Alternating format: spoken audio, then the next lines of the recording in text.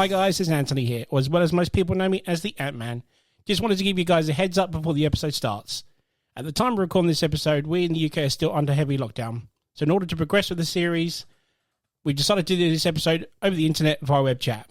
So just a quick warning that the audio will change throughout the episode. This is merely a temporary feat until lockdown is finished and we can get down to recording episodes like normal. Hope you enjoyed this episode and stay safe. You're listening to M.T.V.B. Podcast. Movies, TV, video and board games. This show may contain swearing.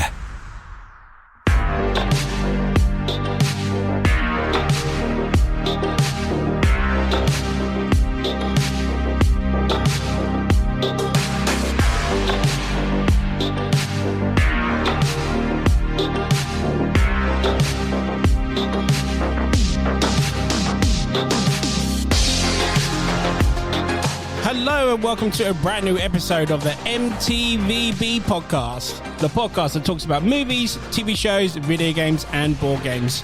I'm your host Anthony, as well as most people know me as the Ant-Man, and welcome. This episode is going to be a movie episode, and it's going to be an episode based on movie trilogies. And today I'm joined by a bunch of guys that love to talk about movies. Guys, introduce yourselves around the table, please. Hi, I'm John. How you doing, guys? Hi, Gal. This is Gal, a.k.a. Grey Fox. Hey, it's Gokul Pharmaceutical. How's it going, everyone? What's good, guys? It's Big J. Guys, thank you for coming on here again via the internet. Really appreciate you coming down again. Hey! Thanks for having us, man. Glad to be back. Anytime. Thanks for doing it, man. I really do appreciate it. So, movie trilogies. Have you guys watched enough movie trilogies to make a list out of this? Oh, yeah, definitely. Oh, yeah. Yeah. Oh, hell yeah. Hell yeah. Hell yeah. I can see this. This It's is, just the same. Oh, go on. this is going to be one of those top fives where I think we're going to clash quite a bit. I think so. Yeah. Yeah, definitely. Yes. We'll probably have them in different numbers, but yeah, I'm pretty sure there's at least 3. Yeah, I think about 3 or 4. Yeah. Right. I'm pretty sure me and Goku are going to clash on one, definitely. Oh, hell yeah. We would like living mirror lives, Gal. You can tell. I can already see it. Yeah, it's going to be interesting still, so yeah. Definitely. Right, guys. John, are you sure it's not? It's movie trilogies, not PC trilogies, okay? Which trilogies? Which trilogies again? Movie trilogies and not PC trilogies. We had to get one in. We had to get one Oh, in. of course. Even though it's not a video game episode, but we still had to get it in. Video game. Well, I did get him good in the last one, so, you know. Oh, mate, you drilled him on the first person shooter episode. I've actually written up notes to get him back because he proper got me. I was listening to it like last week, so I'm going to have to get him back. Anyway, we're going off topic now. This is a movie episode. Let's stick with the movies. Oh, yeah. Right, so let's go to the first question I've got for you guys. So if it doesn't spoil your top 5, can you guys remember the first movie trilogy you ever watched? Or you ever saw, shall I say? Oh, bloody hell. Oh, good one. Yeah. Yeah. Do you know? I remember. Does it spoil your top 5? It didn't. No. Go for it. Go for it. No. Go on, Big J. The first movie trilogy that I remember watching is it's got to be Jurassic Park. Yes, I was going to say that one too. 1, 2, and 3. Yeah, that's my number 1. Oh, is it? No, it's not really. I would have thought it might well be, because I know you're a big Jurassic Park fan. Big Jurassic Park fan. No, sorry, go on, Big J, carry on. Nice. Yeah, so... No, yeah, that's the earliest one that I can remember of watching as kind of like a kid and throughout kind of my childhood kind of thing. Yeah. So obviously Jurassic Park 1, 2, and 3, there's a bit of a gap between all those movies, sure. But yeah, that's probably the earliest one I remember seeing, Jurassic Park 1, 2, 3. Definitely. Big Gal, you said you remember yours? My one, well, mine was, it's not a trilogy now because obviously they got the prequels and all that, but at the time it was Star Wars, the original ones. Yep. Oh, the prequels. I remember I never owned it. My mate, good friend Jargon, who's a doctor now, I went to his house one time and he had the VHS triple, a massive case. Oh, I remember that. I remember that. What's that? Yeah, that's it. Yeah, and he was lucky enough to kind enough to let me borrow it, and I rinsed it, and I was just like, wow, this is amazing. Like that's like my first sort of trilogy. But I don't know, does is Back to the Future a trilogy? Hell yeah, totally. It's 3 movies. Yeah, right? that was. I can't believe you questioned that. that. Was the earliest one. Yeah, no, it was in there, but I went down the pecking order. But yeah, those two were my very first sort of trilogies. Had very good fun memories of them. What about you, Garkle? Anything? Definitely. Go on. Go on, Gal. Go on. No, go. Yeah, do you know what? It's good you mentioned that, BJ. I think it was Jurassic Park, because the first movie I ever did see, and I said this on a previous podcast, was Jurassic Park. And then after that, I remember like going to Big Gal's house as a kid, right? And every day, Gal, for 1 year in the evening, we watched The Lost World. Every single day. Isn't that right, Gal? And I keep No, every day.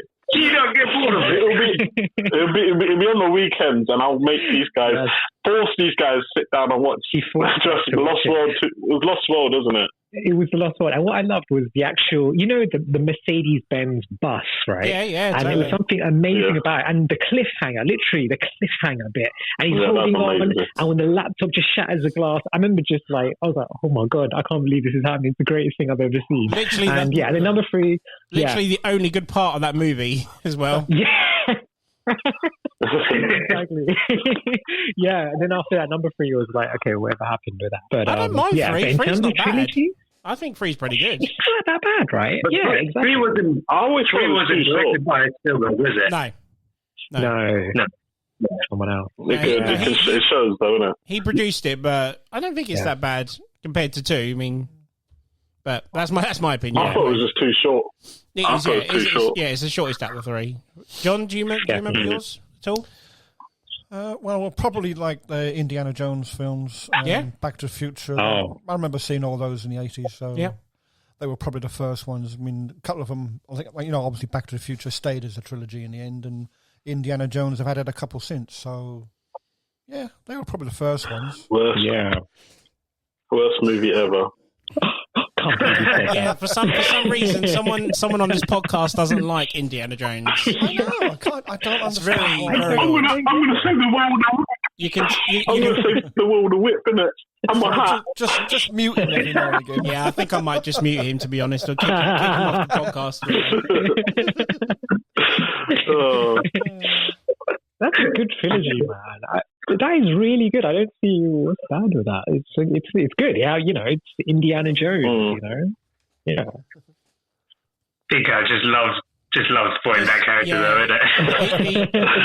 It's a little it's like a little injured between me and Ant, but yeah, he's a Nathan Drake cunt. Yeah. No, I'm a Lara Croft, actually. Lara Croft. Still the same thing. It's just a woman.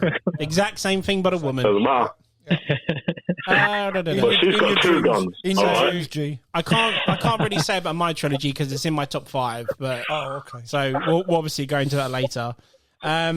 So my next question to you guys is: did you ever watch a movie from a trilogy, but not actually realizing it was a movie from a trilogy? Like, for example, Silence of the Lambs is part 2 of the Hannibal Lecter trilogy. Yeah. No, I knew because I read the books. So Army of Darkness is essentially Evil Dead 3, but it's not called Evil Dead 3. It's called Army of Darkness. So, Again, did you guys ever sit through any one of those and think and not realize it was part of a trilogy at all? Do you know what? There was one it's an old movie, like a Western movie called Fistful of Dollars. Yeah. And I think that's part of a trilogy. I didn't realize that. I love these old school Westerns, especially playing like Red Dead Redemption.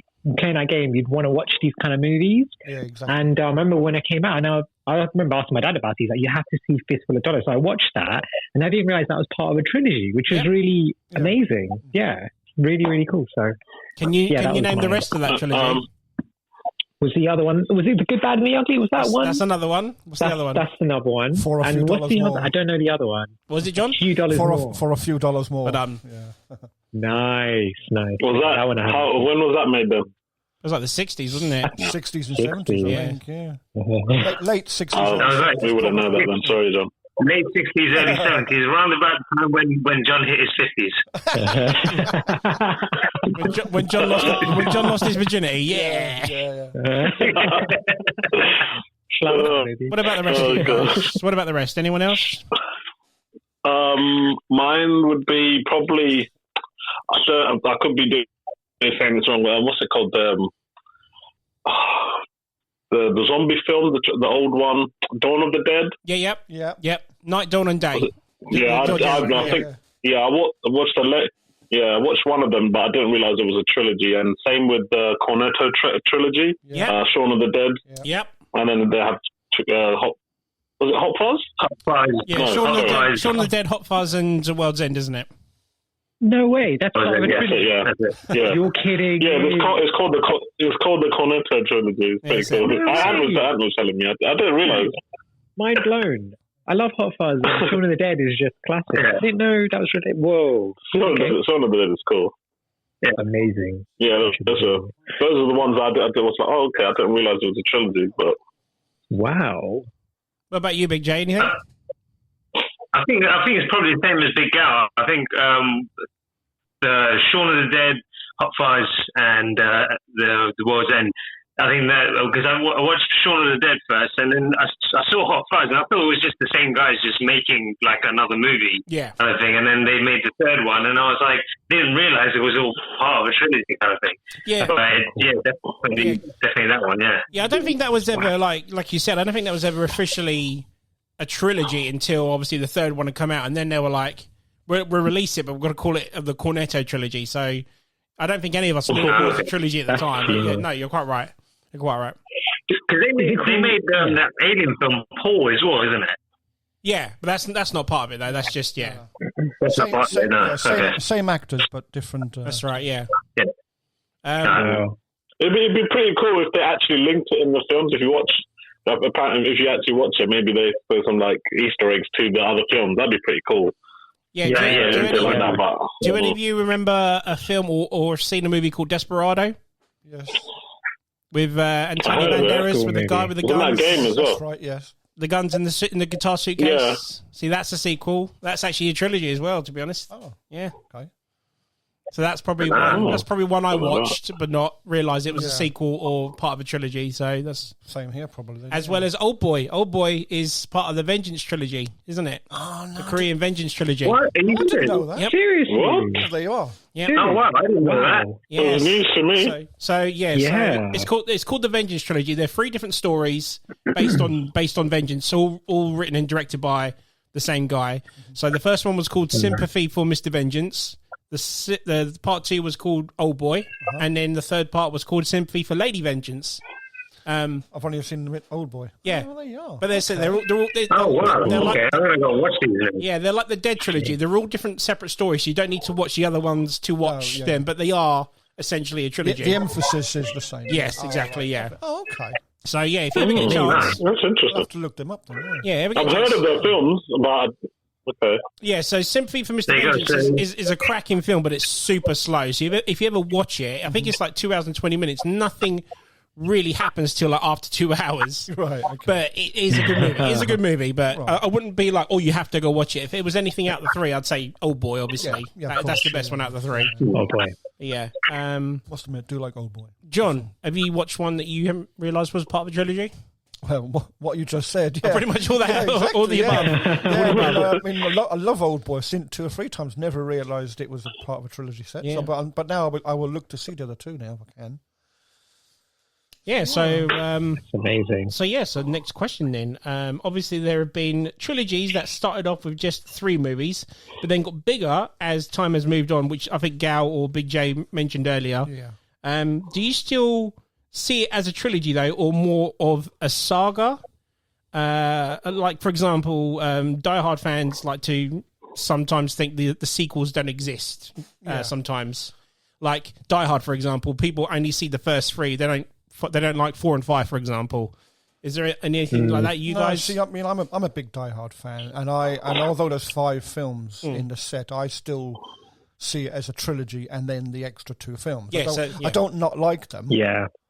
But I would always put Die Hard down as a trilogy, and then realise afterwards. That's my question. It's like the Alien movies. There's obviously more of them now, but a lot of fans prefer just the first 3, for example. Yeah, but then that's what a lot of Hollywood's doing now. They're literally making 3 or 4 films, and then they're making a third one as if the 4th and 5th ones didn't exist, sort of thing, to try and bring the story back round again.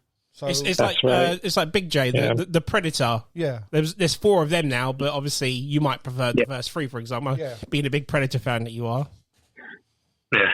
Yeah. No, I was just thinking that as well with the Predator. I was thinking now that they've got other movies with obviously that links the Predator and the Alien kind of world together as well, isn't it? Yeah, so that you can say that kind of fits in within that whole kind of world as well, where they started off with 3, but now they've kind of expanded and gone further and made that whole universe a bit bigger. Mm. Yeah. So do you prefer the first couple movies, the first 3, because obviously it's a trilogy episode?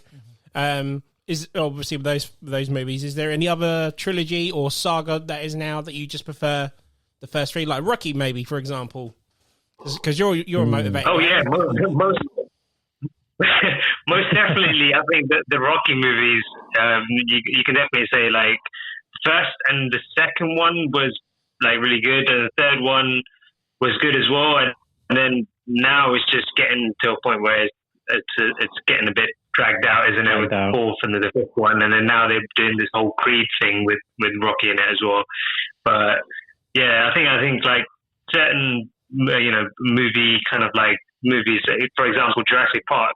Like I said that I only see that as the first 3, but now they got the whole Jurassic World kind of like thing, which is kind of like extending the whole thing out as well, isn't it? Yeah. So sometimes it is better just to kind of like look at the first kind of original 3s, and then you can just be like, okay, these are just like John said, these are add-ons.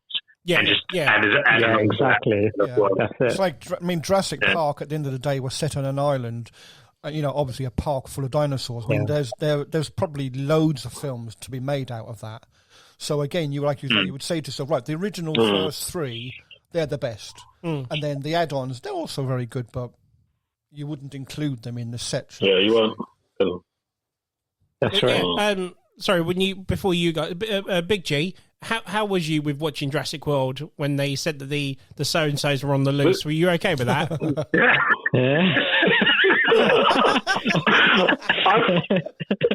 You know what? I didn't realise.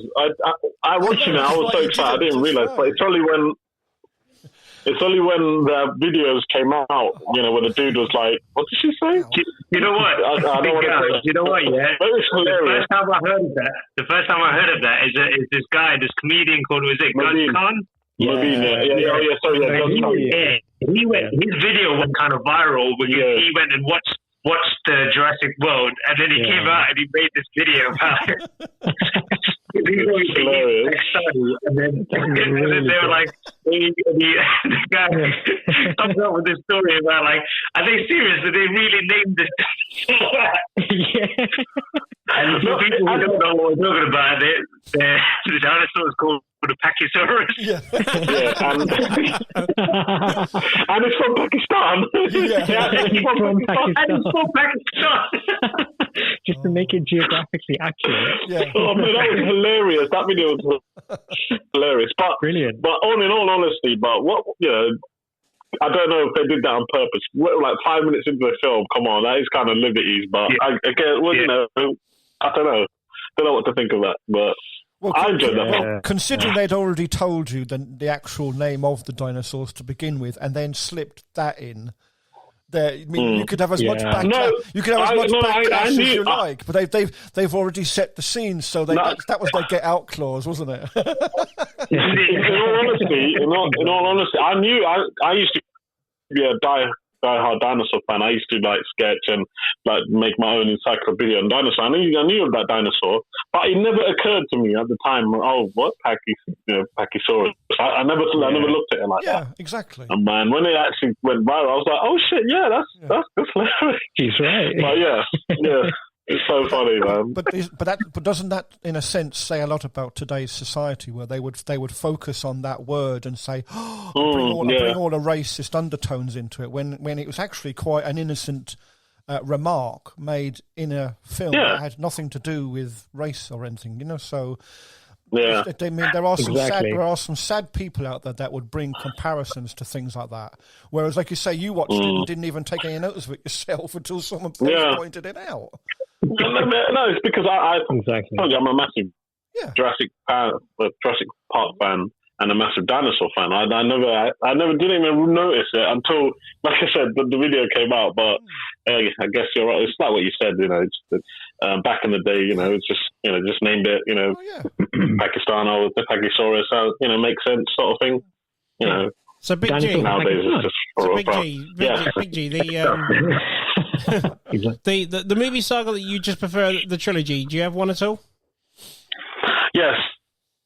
So there's a couple where I appreciate it, and there's a couple where I'm like, you know what, just leave it. So like, for instance, for me, the original Star Wars, like, I loved it, and then when they announced they're doing the prequels, and I love that as well, and I love each. Like, I know people don't like it, blah blah blah. It's some Star Wars hardcore fans just love the original three, but me, I like the episodes before and after. But the ones that come out recently, I was like, it's just disappointing. So it's a bit like 50-50. Some of them I appreciate it, some of them I don't. Yeah, so like, for instance, I know we mentioned. Sorry. Yeah, but no, but but George Lucas always said there was going to be 12 films. So I know. That's what I'm saying. In a sense, it's like four trilogies. So I mean, anyone that like you're going to have some films not as good as the next one, sort of thing, and whatever, and then the next one again might be even better. But then you're always going to have that. But with the problem with the Star Wars, I think it's 9 films at the moment, isn't it? I think they've cut it. I think he cut it down to 9 instead of 12. I don't think George Lucas had in mind strong, confident Jedi women. No, probably in not. the Star Wars universe. Probably not. No. It wasn't. She did all right though. Her character was good. I think it was just the overall arc of the story. I think they were just clueless, and the last one just ruined it for me completely. But then the story needed. Then again, if there's a go on. Oh yeah, if there's a story, like, say there's a trilogy, like, this hasn't been untouched for a while, I'd rather them bring out another trilogy, like, because, it could go 50-50, it could go really good, and it's like fantastic. If it doesn't, then you moan about it. But I'm in the place where, like, you know what, I'd rather see it, another one. But then again, I do understand people say, no, you know what, just leave it. Like, for instance, The Matrix. Apparently they're doing another sequel or whatever. Yeah. I don't mind that. Some people, oh no, don't, just leave it. You're going to ruin it. But yeah, that's where I stand on that question. It depends if the story justifies an extra film or two. It's like the Star Wars is a huge story, so to try and do it over 3 films would have been virtually impossible. So he always said it was going to make 12 films, and the fact that they've only done 9, but the story needed it needs. Yeah, but no. What I'm saying is, no. I'm not just on Star Wars. I'm just saying in general. There's the movie that you watched 30 years ago or something. Inside of you, maybe you're like, you know what? I'd rather see another sequel. I know they might, make a trash film out of it, but part of you want to see it. You know? Yeah, you understand what I'm trying to say? That's why. At which point does it become a cash grab? That's what you've got to say to yourself, really, isn't it? Everything's cash grab, though. Yeah, if they turn around now and said, "Oh, we're going to make a 4th Back to the Future film," I think people would they would literally go around to the director's house and kill him, because you can't because a story like that doesn't need a 4th film. And it's like Jurassic Park has several films in it, yes, but then the story lends itself to more films. But again, it's like Ant said, you can consider the first three films as the true trilogy, and then the rest are just add-ons if you want to. But then in themselves, they are good films. Yeah. And they're told well. That's where the question's going at, is that, as a diehard fan, which trilogy would you prefer, or out of the trilogy? Go cool. Do you have one at all? Yeah, it's a good one. And I was trying to think about this while everyone was talking about it. I don't know if you can consider this. Actually, it was a trilogy. The Transformers trilogy, for instance. Like, I know, again, that was like, huge blockbuster spectacle and stuff. But after the third one, it was kind of like the end of the war, right? And then after that, it was just, from what I heard, they had like a Chinese production company that wanted to throw millions of pounds and use crazy amount of, like tech and everything. And, that kind of like, I don't know, I remember going to cinema watching the fourth one thinking, it doesn't have the same flair as the previous ones, and it just kind of, I don't know. Yeah, it's like what I was saying. It's bad, but at the same time, it's like, you're still going to go see it, aren't you? Because it's one of your favorite shows. You're going to still say, but the last one was total shit. Like, it's just like, what the hell? Right, exactly. I mean, you still went out to see it. The thing is, like I said, I'm a bit like 50-50. Are they by doing that though, by extending these movies more than they need to, are they doing the franchise a justice, or are they just ruining the franchise? That's the question. Just making it worse. Yeah. That's what John's saying. Does the story need to be continued or not? But Transformers, but they just were like, they ruined it. A lot of it as well is it depends on who the producer or the director is. I mean, because some of them they can lend. They make good films. So if you've got a director that's done, say, three of the films, and then a few years later someone else decides to add a fourth one to it, being the different director, usually the film doesn't turn out to be quite as good. And in that sense, then you think to yourself, that's a cash grab, because I mean they don't lend the story any proper credence. It's literally just bung the film out, throw it in the cinemas, make a load of money. And sometimes they even change the actors in them. And you think, what is the bloody point of that? That's the point of the trilogy being extended. That's what I'm getting at. So as a diehard fan, would you just prefer the first three? Yes. Yeah, totally. Yeah. That's 100%. That's what I was getting at. So next question, guys. This is going to be an interesting question for you. So obviously with the events now of having MCU movies and DCU movies that can continue their stories as many movies are produced, do you think that trilogies will go extinct now that they have films now that continue the story over and over and over again and have... Wow. Because the Marvels, they call them phases now, don't they? Phase 1, Phase 2, Phase 3. Yeah. So that is essentially a trilogy within many movies trilogy, isn't it? If you think about it. Yeah. But obviously now you've got Phase 4, so no longer it being a trilogy now, is it? I think in the Marvel universe, I think you're right. For me, I don't think that, I think you can write off trilogies in the Marvel universe now, because they're literally going. You could have 3 or 4, or maybe even more. Obviously, Marvel heroes in the one film, and these productions take quite a while, especially if certain actors have other commitments and stuff. So to try and do a trilogy now, it could take 10, 15 years if you're waiting for a particular actor. So I don't actually think they'll do it anymore now. I think it'll just be... You think trilogies are gone now? Yeah, in the Marvel universe, yes. No, just in general now. Like, the question is, like, movie trilogies in general now. I would... I think so. Because a lot of the big actors now, they're tied into big contracts. So to try and keep one or two to a set of 3 films in the next, say, 5 or 6 years, I think it's going to be virtually impossible. What about you guys? Anyone of you guys agree with that? Yes, that's interesting. I agree with what John is saying in a sense. I think in a sense, they probably have, like, what they're doing now is they're having side stories. So it's the same universe. And Marvel's a great example of it. So you'd have, like, for example, one story, and then they'll have, like, an interconnecting story, and then they'll probably have a movie where both actors meet up, they all kind of come together and stuff. It's a bit like M. Night Shyamalan. This is a good example, with Glass, right? Yeah. It's kind of like all these different stories coming together. It's a bit like that. And that's quite good because that kind of makes you want to watch the other movies as well, to try and understand the backstory of it as well. So, but to your question, Anne, and I think that's a really good question because it's like, what's happening with trilogies now, and I think it's kind of evolved in a sense into like another dimension where there still is that trilogy aspect, but it's like different elements coming in from different movies. That makes sense? Yeah, totally. Yeah. I think I think it'll take longer if they were going to go down the road of doing a trilogy with a certain character. It's going to take them a lot longer now to do that, to put that trilogy together because of, like you said, because of the commitments those actors will have to other projects. So whereas in the years ago you were able to put a trilogy out in say 5 years, now you're looking at, I would say, at least 10. Yeah. So I think going forward, I don't think there are going to be very many trilogies. I'm not saying there won't be any, but I think, like, considering the last 20 years, there's been loads. Yeah. I think the next 10, 15, say even 20 years, I think you're not even going to have half as many, I don't think. Big Gal, Big J, anything to that?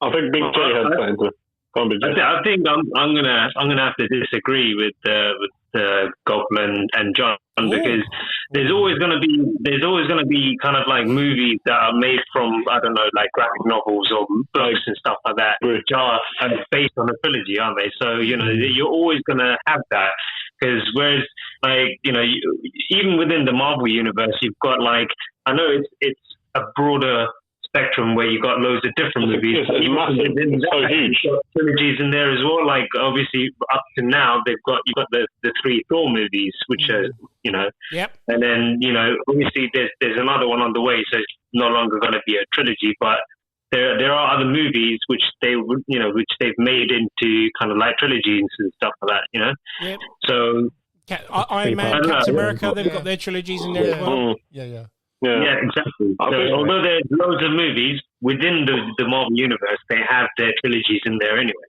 So, but I don't think that they're ever gonna like get rid of kind of like trilogies because they've got like this kind of this whole kind of Marvel setup or the DC setup where they have several movies, and I think some people may go down the line of copying them or like doing having a series of movies and stuff. But there's always going to be trilogies, I think. Sure. Big Gal, what do you reckon? Yeah, I agree. I agree with Big J, like just like what he said at the end. But no one has such a big vast of characters as Marvel, DC, Star Wars. So they're gonna have to do what they're doing in phases. And what they're doing now is like really cool as well with TV shows, filling it out. Yes. Like now you got the Mandalorian, like Star Wars got Mandalorian, Rebels, Clone Wars, just all that, and some of the stuff they're releasing now. So because they can do that because they've got huge sort of characters and huge sort of like universe to fill out. But I don't, them Disney, Marvel, DC, they can do that. But I still think other companies or other shows that come from graphic novels, blah, blah, blah, they don't have that vast sort of thing. So they could still pull out a trilogy or even a movie at best. And if that works out, then they'll probably do a trilogy. So I don't think it's going to end. In a way, I think, that what Star Wars or, and Marvel are doing is a good thing because they are, kind of leading the way for others as well. I know at the end of the day. Sorry, go on, carry on.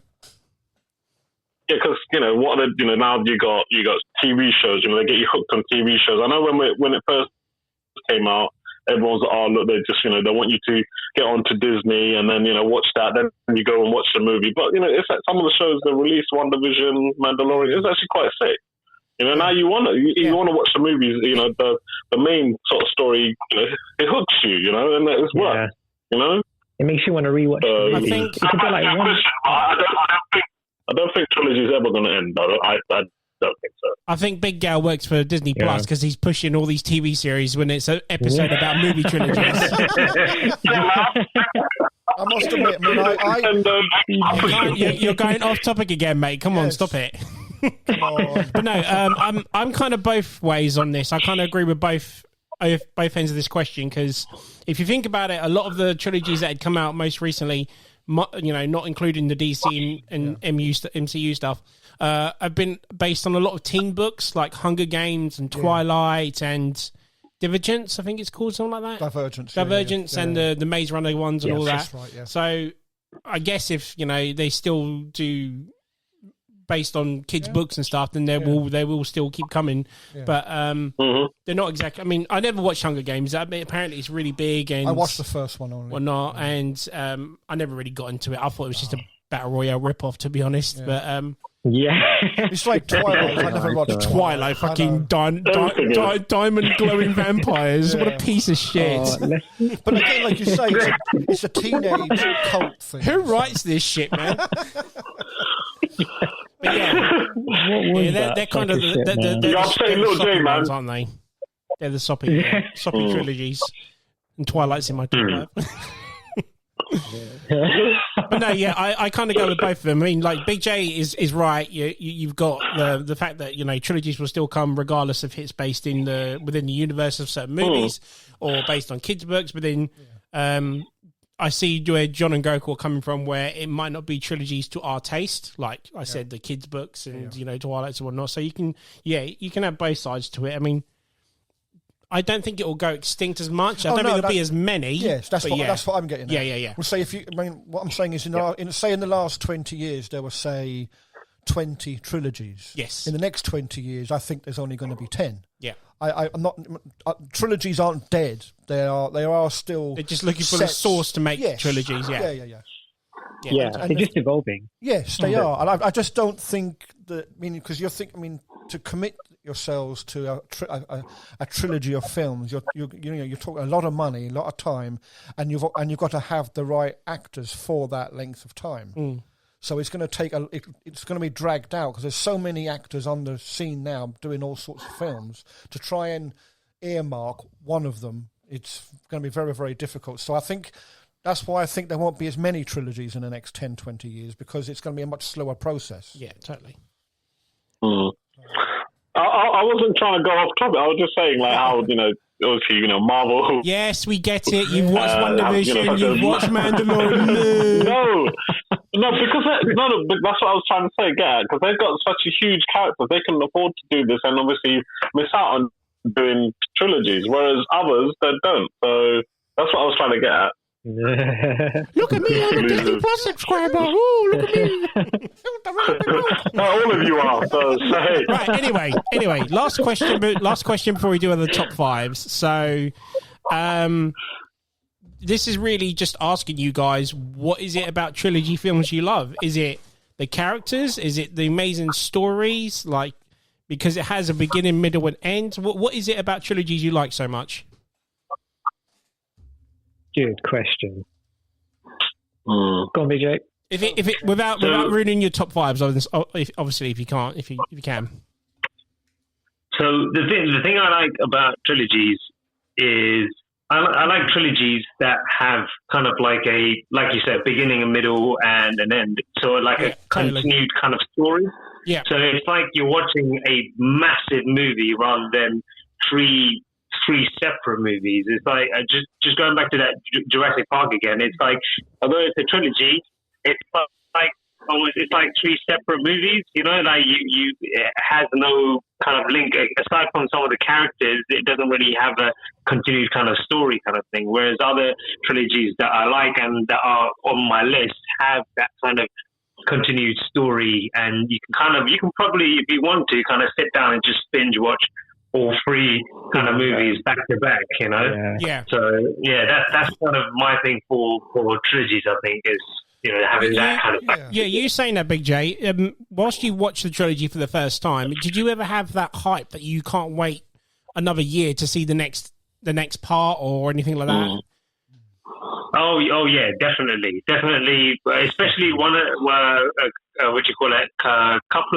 Definitely one of them that's on my list. It was like that when I watched it, and I was just like, you can't leave it like this, man. Seriously. Now I've got to wait another year. Or even more. Yeah. What about you guys? John, anything? What is it about a trilogy you love, eh? If it's something like Die Hard, it's the character. Yeah, exactly. It depends. See, it's like with the first Die Hard film, you kind of you fall in love with John McClane, and then obviously that they're going to make a second one, so you're following like the character of John McClane. But then going back to what we were saying about there going to be less trilogies, it would be I can see it be far easier going forward to do a trilogy about the story rather than a particular actor or a particular character. It's like if you imagine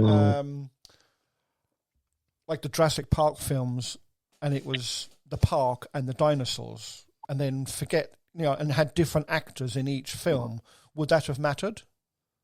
I don't. Yes. Yeah.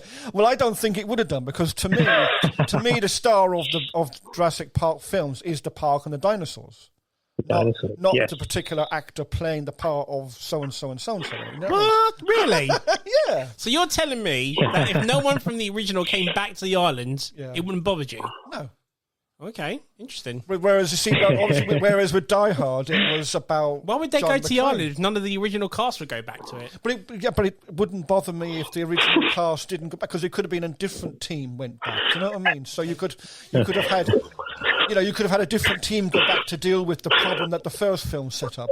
So, Would you watch it if John McClane went to the island? Hell yeah. in his white t-shirt. Hilarious. In his wife beater, his wife beater vest. His wife beater. Wife beater vest, Goku or Big Gal, what about you guys? What do you like about trilogies? Go on, Big Gal, you go first. Yeah, I like the the flow. Like, if you watch one film and then they go to the second film, to the third film, it's like a continued flow. There's no like break up or nothing. Like, there's one or two in my top five without mentioning it. Like, if you watch it, it's just like it flows like a full-on story, like Big J said, like a massive movie. At the end of the day, you can sit down and watch that the whole day. Whereas, that's the aspect I like of it. And also, I think, having conversations where, out of the trilogies, which one is the weakest or which one's the strongest? I think that kind of debate in the trilogies, I think I like as well. Where, some people, I like the first one, or the third ones were better. But that sort of aspect I like in the trilogy. It's like with the John Wick stories. They start off literally at the end of the film before. It's not like 4 years later he's doing whatever. I mean, it's like you get to the end. You get to the end of John Wick, and then John Wick 2 literally begins a minute later. So it's so that's a proper continuation of the same with the third one. They're proper continuations. And I think I prefer the smoothness of that, because if I had the time, I could quite happily sit and watch all three John Wick films, and to me that's literally one movie then, because there's it's virtually seamless. And then there's trilogies in my top five where like it flows and it's like it stays the same. Like it's the production value hasn't changed or dropped, because it's got sort of the same sort of it's consistent throughout the whole thing. But there are trilogies where there's stuff that's changed because it's been a long period of time. Producers change, directors change.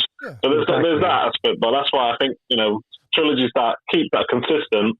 It's more of a bonus than you have to take the original story into account when you do the second film, then, don't you? Like you say, you could easily do the second Jurassic Park could easily be set, I think it was, a year or two or even more after the first one, in the sense that the animals on the island have bred and gone mad, and now they send a team in to deal with it, because it's starting to, like the flying ones were starting to impact on shipping lanes. So you could do that in that story. It doesn't need to be like it doesn't need to be the next day. Do you know what I mean? Do you know what? We keep talking about the Jurassic Park trilogy. It's in no one's top five, and for some reason, I really want to watch Lost World right now, and I don't even like that film.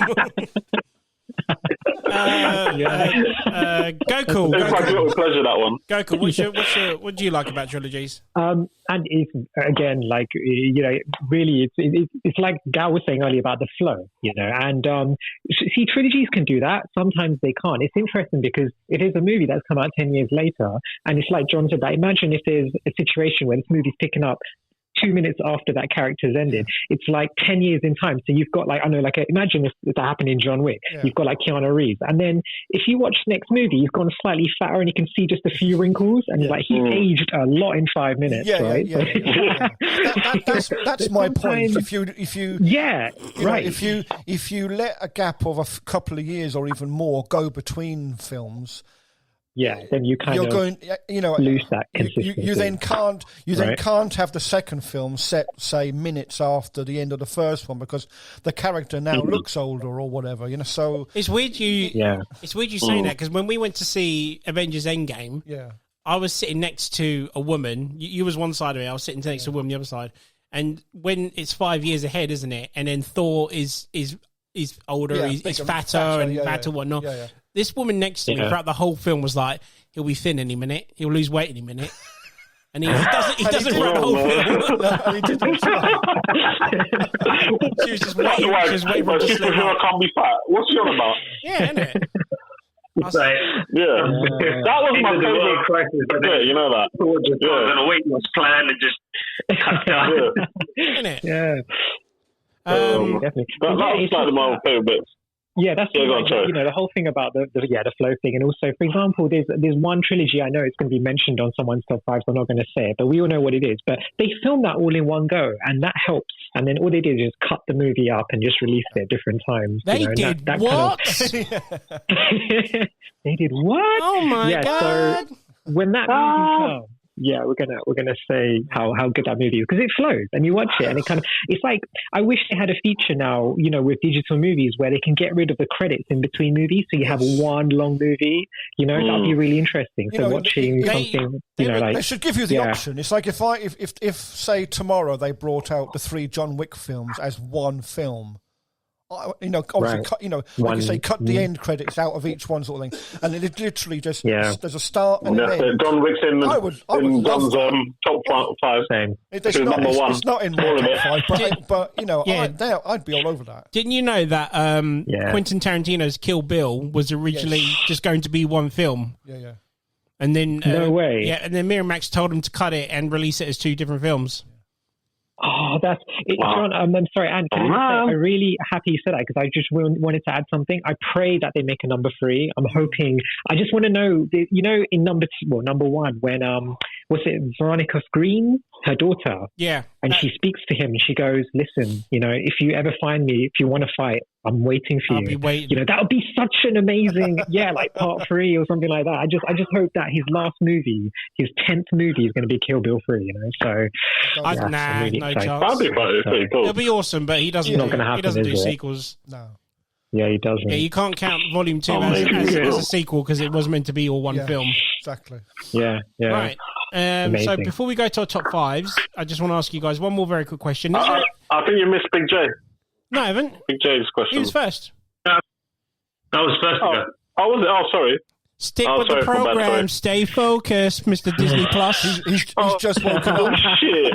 No, even though he's on the internet, he's like flicking through Disney Plus right now. Of course he is. So anyway, a very quick question. Disney Plus 4. Very, very, very quick question before we do the top 5. Watching John's mum. So, is there a trilogy that you guys like, but there's one part in it you don't really think that you like as much? Like, again, go back to Die Hard. You like the first 2, but not 3, not so much, sort of thing.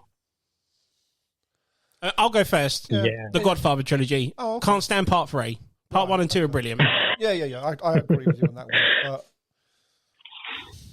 Yeah.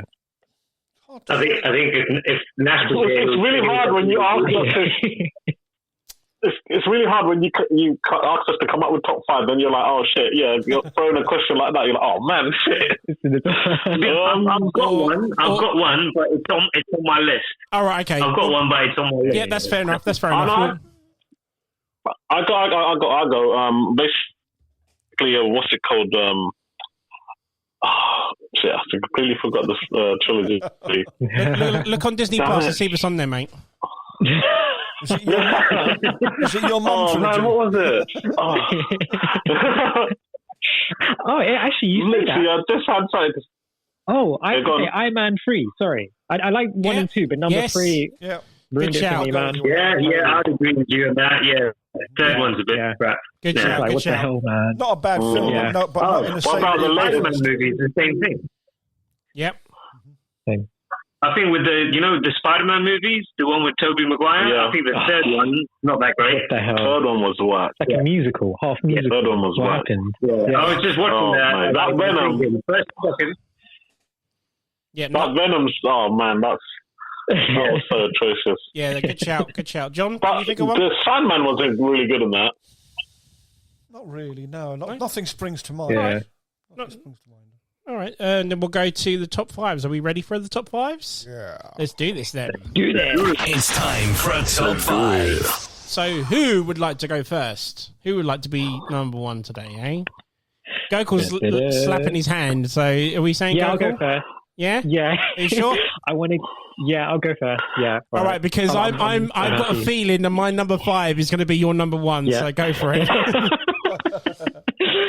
This one is never going to be on anyone's top 5. That's why I'm going to say it, and it's kind of like I'll go with it. Okay, so can I do my number 5, guys? Yep. Okay, you wouldn't think of this. It's definitely a trilogy, but I have to get it in there because I had so much fun watching this movie. It's not going to be a trilogy, is it? It's going to be something like Inglourious Basterds again or something. No, it's Or Fight Night. The Hangover. The Hangover. So, yeah. The Hangover trilogy. What? Yeah. What? I saw it. And it was, when it came out, right, it was during a time when I was also traveling the world a lot and going to places like Vegas and even Thailand and stuff like that. But at the same time, a lot of my friends were getting married off slowly, so we were going to these stags. Okay. And I'd watch this movie and I would just like relate to it so much. And I remember just going to the cinema, and I kid you not, like you're in the cinema and it's like you're watching a live show. Like everyone is laughing with you. It's like watching a stand-up comedian. It's fun to go and watch that movie in the cinema. So when 1 came out, absolutely hilarious. Number 2, again, we had to go and see it. Number 3 was, again, like was the weakest. Was the weakest, yeah. But still, it was just, it was really, really. Good shout. That's a good shout. So it's kind of like a dark. 2 things about the trilogy. I wouldn't count it as a trilogy, to be honest. I didn't see that coming but at all. The list gets better. Yeah, I thought I would. What I loved about the Hangover is that. You've seen the first one? I've seen the first one. I haven't seen the others. It's the photos at the end. In the credits, like when they go through the photos at the end, that's amazing. And secondly, the third one, it should have started how it ended. Yeah, that's how that film should have been. In number 3, but but it's just so hilarious. Good shout though. It's quite again. That's one I didn't think of as a trilogy. It's quite funny because that was the film that made me want to have my stag do in Vegas, and we did it in Vegas. Way. Yeah. You're kidding? No, honestly, nice. And it was so funny because before we flew out, there was a couple of mates who were coming with me, obviously, to the stag do in Vegas, and they stayed over mine overnight before we went, and they had never seen The Hangover, so we played it the night before we were going to Vegas. No way! And it just hypes you up for it, doesn't it? Yeah, they were like super up for it after they watched that. They're like, we're doing this, we're doing that. Blah, blah, blah. Did you end up on the rooftop, Al? No, I didn't. No. Okay, and I can tell you something really funny, right? And I think Gao and Big J will back me up on this. I went to a stag Vegas, and the stag didn't come. So, no way! Really? Seriously? Yeah. What, to Vegas? True story. Went to Vegas, and the stag didn't turn up. No way! So did you still go and do it? I know what you're talking about. I think you guys know what I'm talking about, right? Why did he not go? Was he worried? He just didn't have the he didn't have the cojones. He didn't have the cojones. Yeah. The cojones. He thought we were getting married. Pretty, He thought he might get married to a prostitute. No way. And it's funny you say that, and because the day so before we planned this stag, and we was like, dude, we're gonna go do this, and then the guy, we booked the tickets and everything, and we're like, dude, we're going. This is where you need to go to book your tickets. We told him everything. Because obviously, like, we sorted ours out over here because we all like live in the UK. He's from Germany, so he was like, dude, this is where you need to go and book it. And we booked it all and we were like ready to go. And the guy messaged us, sorry guys, I can't make it. No way. What a loser. Oh well. Yeah. Oh well. He misses out at the end of the day. Yeah. So Exactly. sorry, Sorry, Gokul. Did you say you watched it before you went as well? Yeah. So that was basically the night before. Literally watched, like, you know, I think it was just the first one, but that was enough to get you hyped. So I know where you're coming from. Yeah. So it's a bit of a personal pick. This one, was it? Because Definitely, yeah. It was more like, I think at the time as well, you know, you're just like coming out of university and you're just like, you know, you're going out with your friends or whatever and just traveling the world. And it's just, it just kind of like lined up with it. It was really cool. But I think the whole day of even just going to the cinema, and you wouldn't think of it as being a trilogy, you know? So it's kind of, and you think, oh shit, it was. And, you know, I had to, definitely. And I needed to include it because I knew there was going to be a few clashes on this episode. So yeah, I'm very happy. So you've done it to be different. No, that's fine, mate. That's fair. No, that's good. It's a good pick because no one's clashing that one. Exactly. Who'd like to go next? I'm happy. I'll go. No man. I'll go on the Big J. Go on. Big J. Go on, Big J. Okay. So I don't know if everyone's going to agree with me on this one or not, but for me, I think my number 5 is. Now, I am a big Marvel fan, and I think Avengers Assemble, Age of Voltron, and then Infinity War / Endgame. Because obviously, I know that's 4 movies, but I kind of consider, again, Infinity War and Endgame to be kind of one long movie. And then you got the... I didn't think of that. Yeah, because it's technically the Avengers trilogy, isn't it? So yeah, I'll take that. Yeah, the Avengers trilogy, Good call. Yeah. Why is it there, sir? Why did you put it there? Well, like I said, I think it's I'm kind of like a Marvel fan, and like the first kind of like Marvel movie that I watched was the first Iron Man, and then just to see it to go from the first Iron Man to where Endgame to kind of see it kind of complete it was amazing to see that. And then I was thinking about when you told us to do the list, and I was like, well, technically this is kind of like a trilogy. You got the whole Avengers, and I know they've got movies in between and stuff like that, but Avengers is kind of like kind of like a movie. Kind of trilogy on its own kind of thing as well. But yeah, definitely enjoyed those movies, and I think that's why it's on my number 5. Good choice. Good show. That whole journey from the first Iron Man to the very end is fucking amazing, man. And where it ends is so good. The way they planned it out. I think we've talked about it loads in the previous episode, but fucking amazing. Yeah, it's a good pick, mate. It wasn't no one else's top 5. No. Really? Yeah. Well, then. Wow. We're doing pretty well so far. Big Gal, what's yours? I didn't think of it. Right, my one. I don't think anyone might have this one, but maybe Ant might have this. My one is the Planet of the Apes. You and me always clash. Oh my god, that's a good pick. I didn't even pick that. It's not in mine. It's not in mine. What did you say? Planet of the Apes. Nice. Oh, of course. Yeah. You're talking about the newer trilogy with Andy Serkis. Yeah. The new. Yeah. New. Right. Yeah. And I think again. How was it on yours? That's on my list as well. Oh, we can do it together. Oh, what number is it?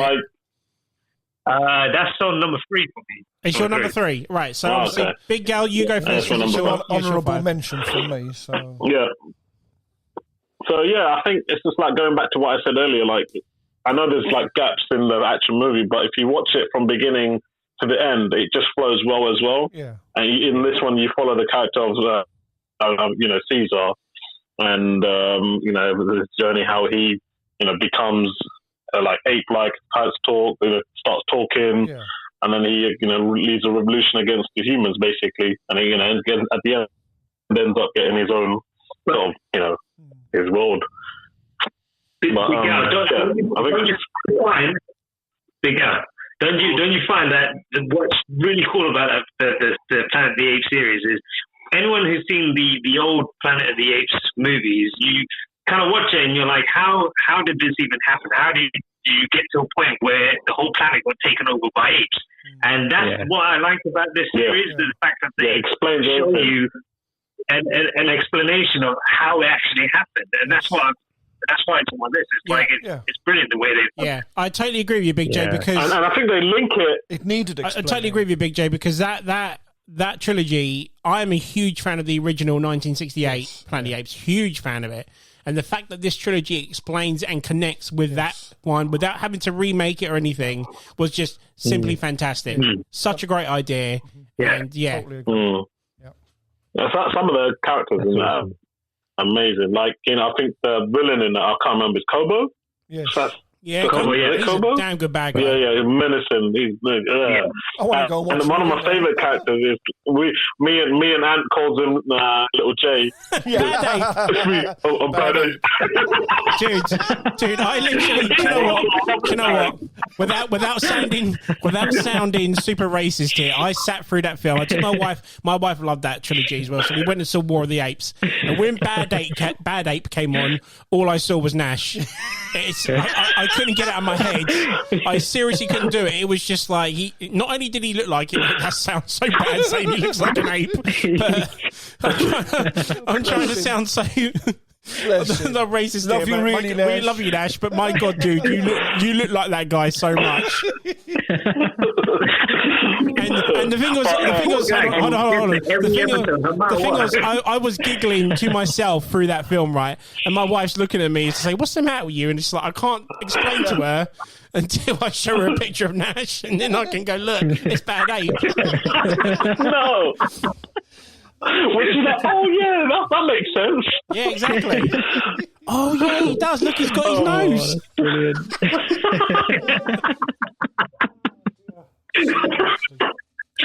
Sorry. I remember him texting me, telling me about it. But anyway, overall, not just the story in that is amazing. I think the story of Caesar is so emotional as well. Like I think in the second one, the story between his son as well. I can't remember if it's the second one or the third one, how his son kind of has to lead as well, sort of thing. I think it kind of gets me on an emotional level as well. Yeah, and CGI for all the apes. Number 2, Dawn of the Apes is a fucking cracking sequel. It's one of those ones where it's the Dark Knight of the trilogy, of that trilogy. Yeah. Totally. Mm-hmm. Yeah. It's so and again, if you go back to one of your, I don't know if it was a question or I think we mentioned if there's a weaker one. I don't think there's a weaker one in this Not one. In that trilogy, no way. Not in that trilogy, no chance. All of them are equally damn good. But it comes back to what we if you go back over the podcast, it comes when we asked before about whether films needed to be redone and stuff like that. It comes back to that where these, like you just said, Ed, these 3 lend themselves to the first 3 without having to have remade them. Yeah. So, they did a fantastic job on those 3 films. And that's what I was worried about. When they announced Rise of the Planet of the Apes, there was no mention of it was going to be a prequel, anything like that at all. It was simply, everyone's mind was like, oh, fuck, they're remaking Planet of the Apes. But when you watch the film, if you were a diehard fan of the first one, the original Charles Heston one, you would have connected the dots and be like, holy shit, this is the start of it. This isn't a remake. This is how it happened. And number 2 explains it. Spoilers for anyone who hasn't seen it. That number 2 is the one that says to everyone that we started the war, not the apes. And that was just mind blowing. Mind blowing, right? Oh my God, you know. I want to go and watch all 3 again. Do you know what? I think I do now. I just want to see Nash again. Just to let you know, it's all on Disney Plus. So. No, don't lie, John. You want to watch it because of that. Is it on Disney Plus? Oh my God! Do you know what? I am kicking myself. I'm kicking myself. It's not in my top 5. Yeah. It's an honourable mention. Such a good choice, man. I actually have a story. I forgot. I actually have a story to tell about that, but I've actually saved that for another episode. So, but guys, that's an amazing pick. I'm really impressed with that. Yeah. Well, hold on, we haven't had Big J stay. Sorry, Jay. No, we were going to clash. We were going to clash regardless. So I think there's at least 3 or 4. 100%. No. What's that, Jake? No, just going back to what Big Gal said, man, and it's like he kind of like said everything about it. It's got action, emotions, and you really kind of connect with all the different characters and stuff. But like, it's what I mentioned earlier on as well. It's like things like how certain things happen, like why do certain things start and stuff like that. Those kind of things kind of fascinate me. So it's like just to see how the world got taken over by apes. It's just that part of that aspect of the whole series is what got me. And I was just, when I was, every movie watching it, it's just like it goes deeper and deeper into it, and then it just kind of connects it to the old Planet of the Apes. And I was like, wow, this is just brilliant. It's such an amazing kind of film. And just going back to that point, it's not in my top 5, but like the Dark Knight series. That does the same thing as well, because everyone knows, Batman, billionaire, guy, superhero and this and the other, but no one knows how he became Batman. And, that whole aspect of it is again, with the whole, Dark Knight series is what fascinated me about that as well. Yeah, true. Absolutely true. Definitely.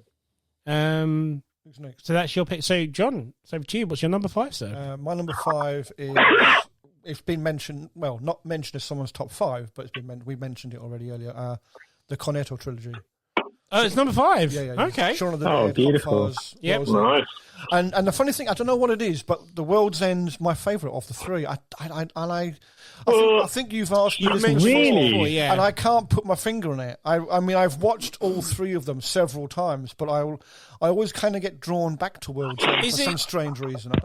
I know because you're the oldest out of all of us, and I know the beginning of the movie he reminisces about his old times. Yeah. And it's like the late 80s, early 90s. Yeah. Is that something? Is it because it connects with you on that level, sort of thing? I think so. Yeah, because like you say, they wanted to do that. Obviously, that pub crawl in that town all those years before, and were never able to do it. And then they reconnect so many years later, and it's like, right, it's like they're trying to relive their youth. Even though it's one guy trying to do it, he drags the others in with him. It's bringing people back together again and trying to redo. Yeah, I think there is probably is an element of that into it. Whether that's the actual reason why I keep watching it and like it, it's possible. I can't put my finger on why, but of the 3, I prefer Worlds. I like the others. Don't get me wrong. I like all 3. It won't be in top 5, obviously. But obviously, if the other 2 are an 8 and a 9, World's End is a 10. So I couldn't tell you why. So yeah, that's my. Me personally, I thought. Go on. I thought that the World's End was the weakest out of the link, to be honest. I really quite like the Shaun of the Dead. I know at the end of the day, it's everyone's pick, but Shaun of the Dead, I think that beginning intro is so good in a zombie film. Like, they're just going out the norm, and everyone's turned. And that's so iconic for me in that film. And so funny. Those 2 are too hilarious. Yeah, but then John, it's something each film has a different setting. So, like, if you're a massive fan of zombie films, then of course you're going to like Shaun of the Dead more because it's zombie action sci-fi, isn't it? Yeah. So, exactly. But like it's like we were saying earlier about him not realizing he was going to do it as 3 films. He did know he wanted to do the 3 films, but he couldn't figure out a way to link them, and so because Sean wakes, with the hangover in the beginning. In his, I think it's Edgar Wright, isn't it? Wrote. Yeah. He from his own experiences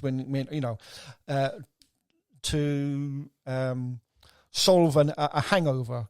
A hangover cure for him was a cornetto ice cream. Yeah. So that was why he introduced into the film him going to the shop and buying a cornetto ice cream. Buying a cornetto. Yeah. And then he decided, and because Walls sponsored them and gave them a shit ton of free ice cream because they got mentioned in the film.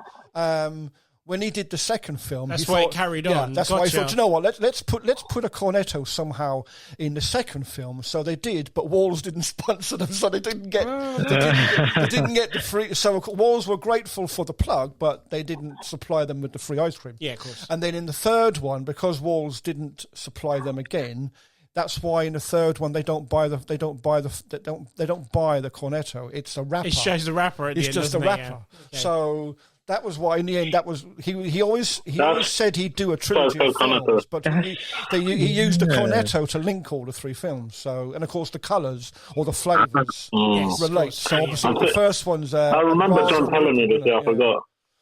So the first one is raspberry ripple for the blood from the zombies, and then the second one is blue to because of the police. Yeah. And then the third one was green because it's a sci-fi element and the aliens and stuff. So yeah. Yeah. It's funny you say that.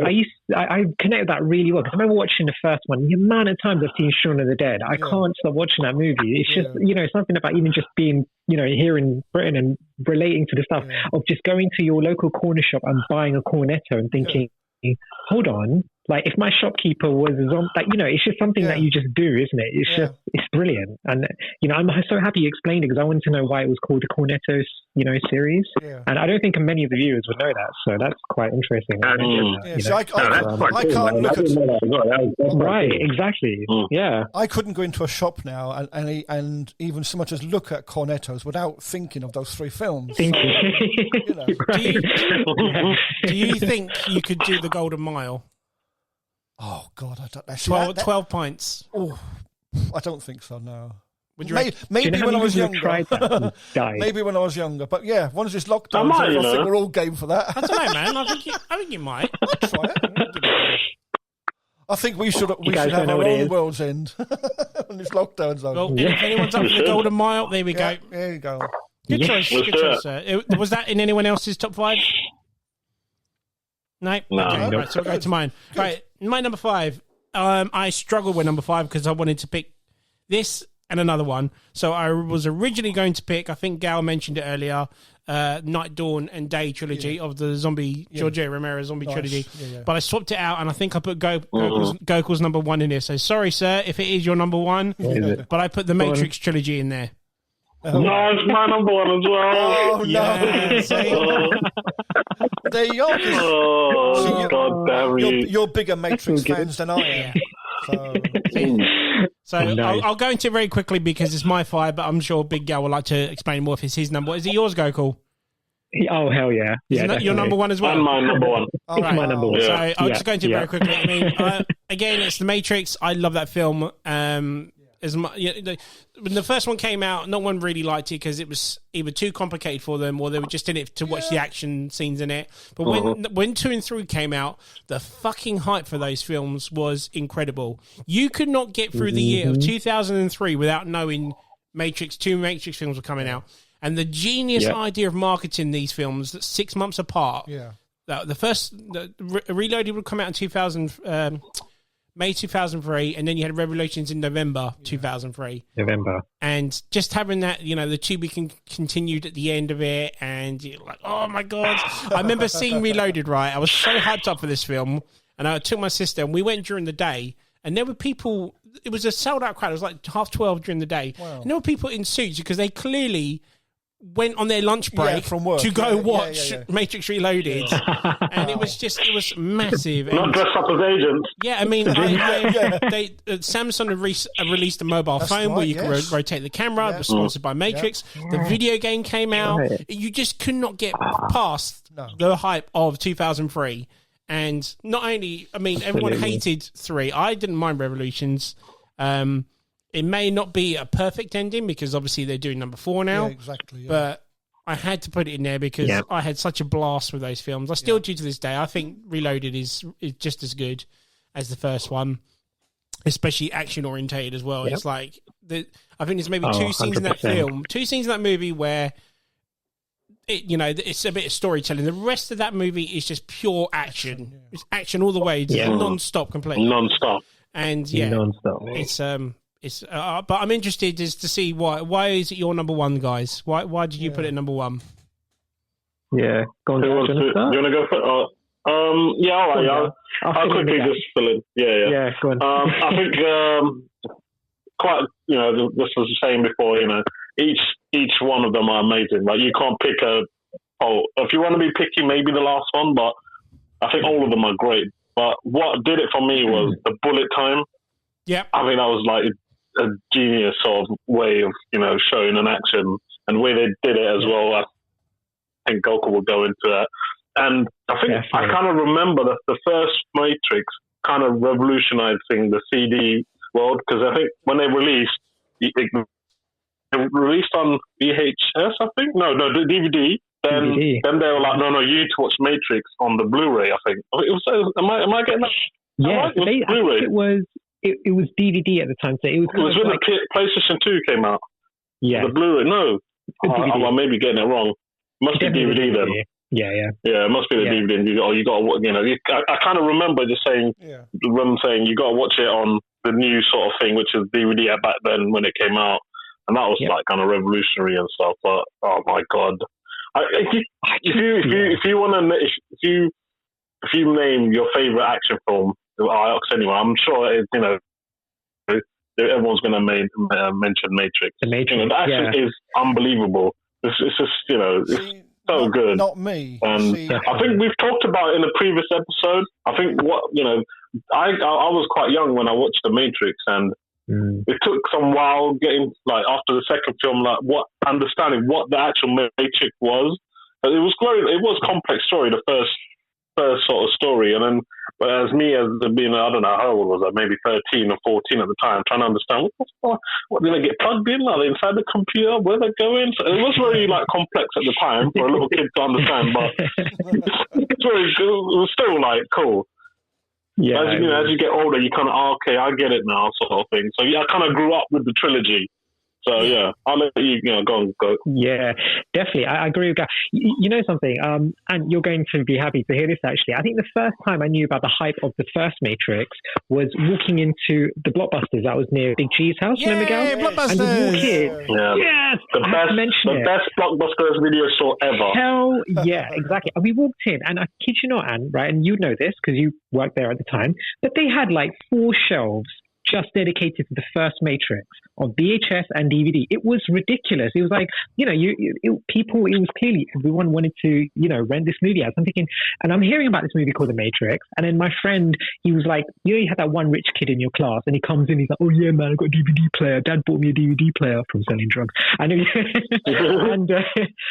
I watched this movie called The Matrix, and it's as if you can see bullet holes on the TV screen, and he would not go on about it. I was like, shut up. And then I watched it, and I was like, fucking hell, he's telling the truth. Yeah, definitely. He was like, I'm telling you, and watching it, and I was so confused. I watched it thinking, what the hell is happening? But I don't care because the action is great. But like Big G was saying, as you grow older, you kind of understand it a bit more, and the kind of everything that's with it, it's just it's like a whole realm to try and understand this movie. And I remember sitting down one summer and I had the whole trilogy, and I just watched all the movies and I watched all the extras and everything to try and understand what this movie was about. Animatrix as well. I think we talked about it in the previous episode. We did. Yeah, but I think as a trilogy, just a quick one. Go on. Yeah, go on. Yeah, go on. No, go. Finish yours.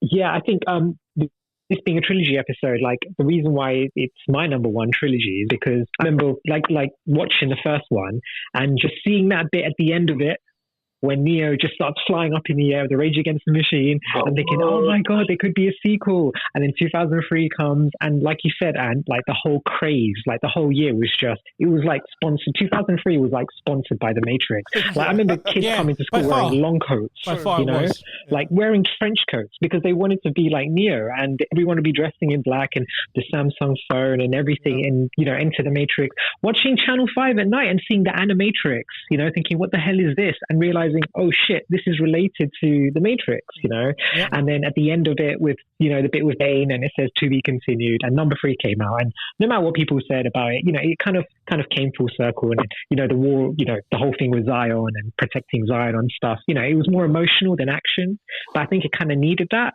It was kind of okay, the action needed to rest, and you just needed a bit more story to kind of pull it all together, the whole yin yang, kind of good, bad guy coming together.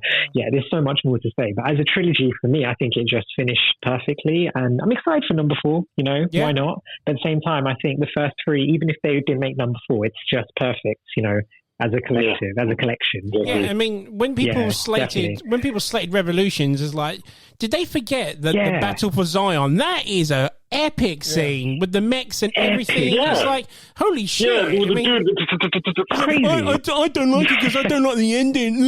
Neo makes a choice. Fuck off. It's a brilliant movie. But anyway, Man, don't you think those Sentinels were so menacing? they're badass, mate. They're fucking terrifying. scared the shit out of me. They're terrifying, mate. Scary. That scene in the first movie where they're like clever. turning all the engine off and they're trying to hide from it. That's scary. Yeah. That so- terrified me the first time I watched that. Did you see Matrix Reloaded in cinema at all? Yeah. Did you Oh, ever? hell yeah. Yeah. Did you ever stay at the end and watch the trailer at the end of the credits? Did you ever know about that?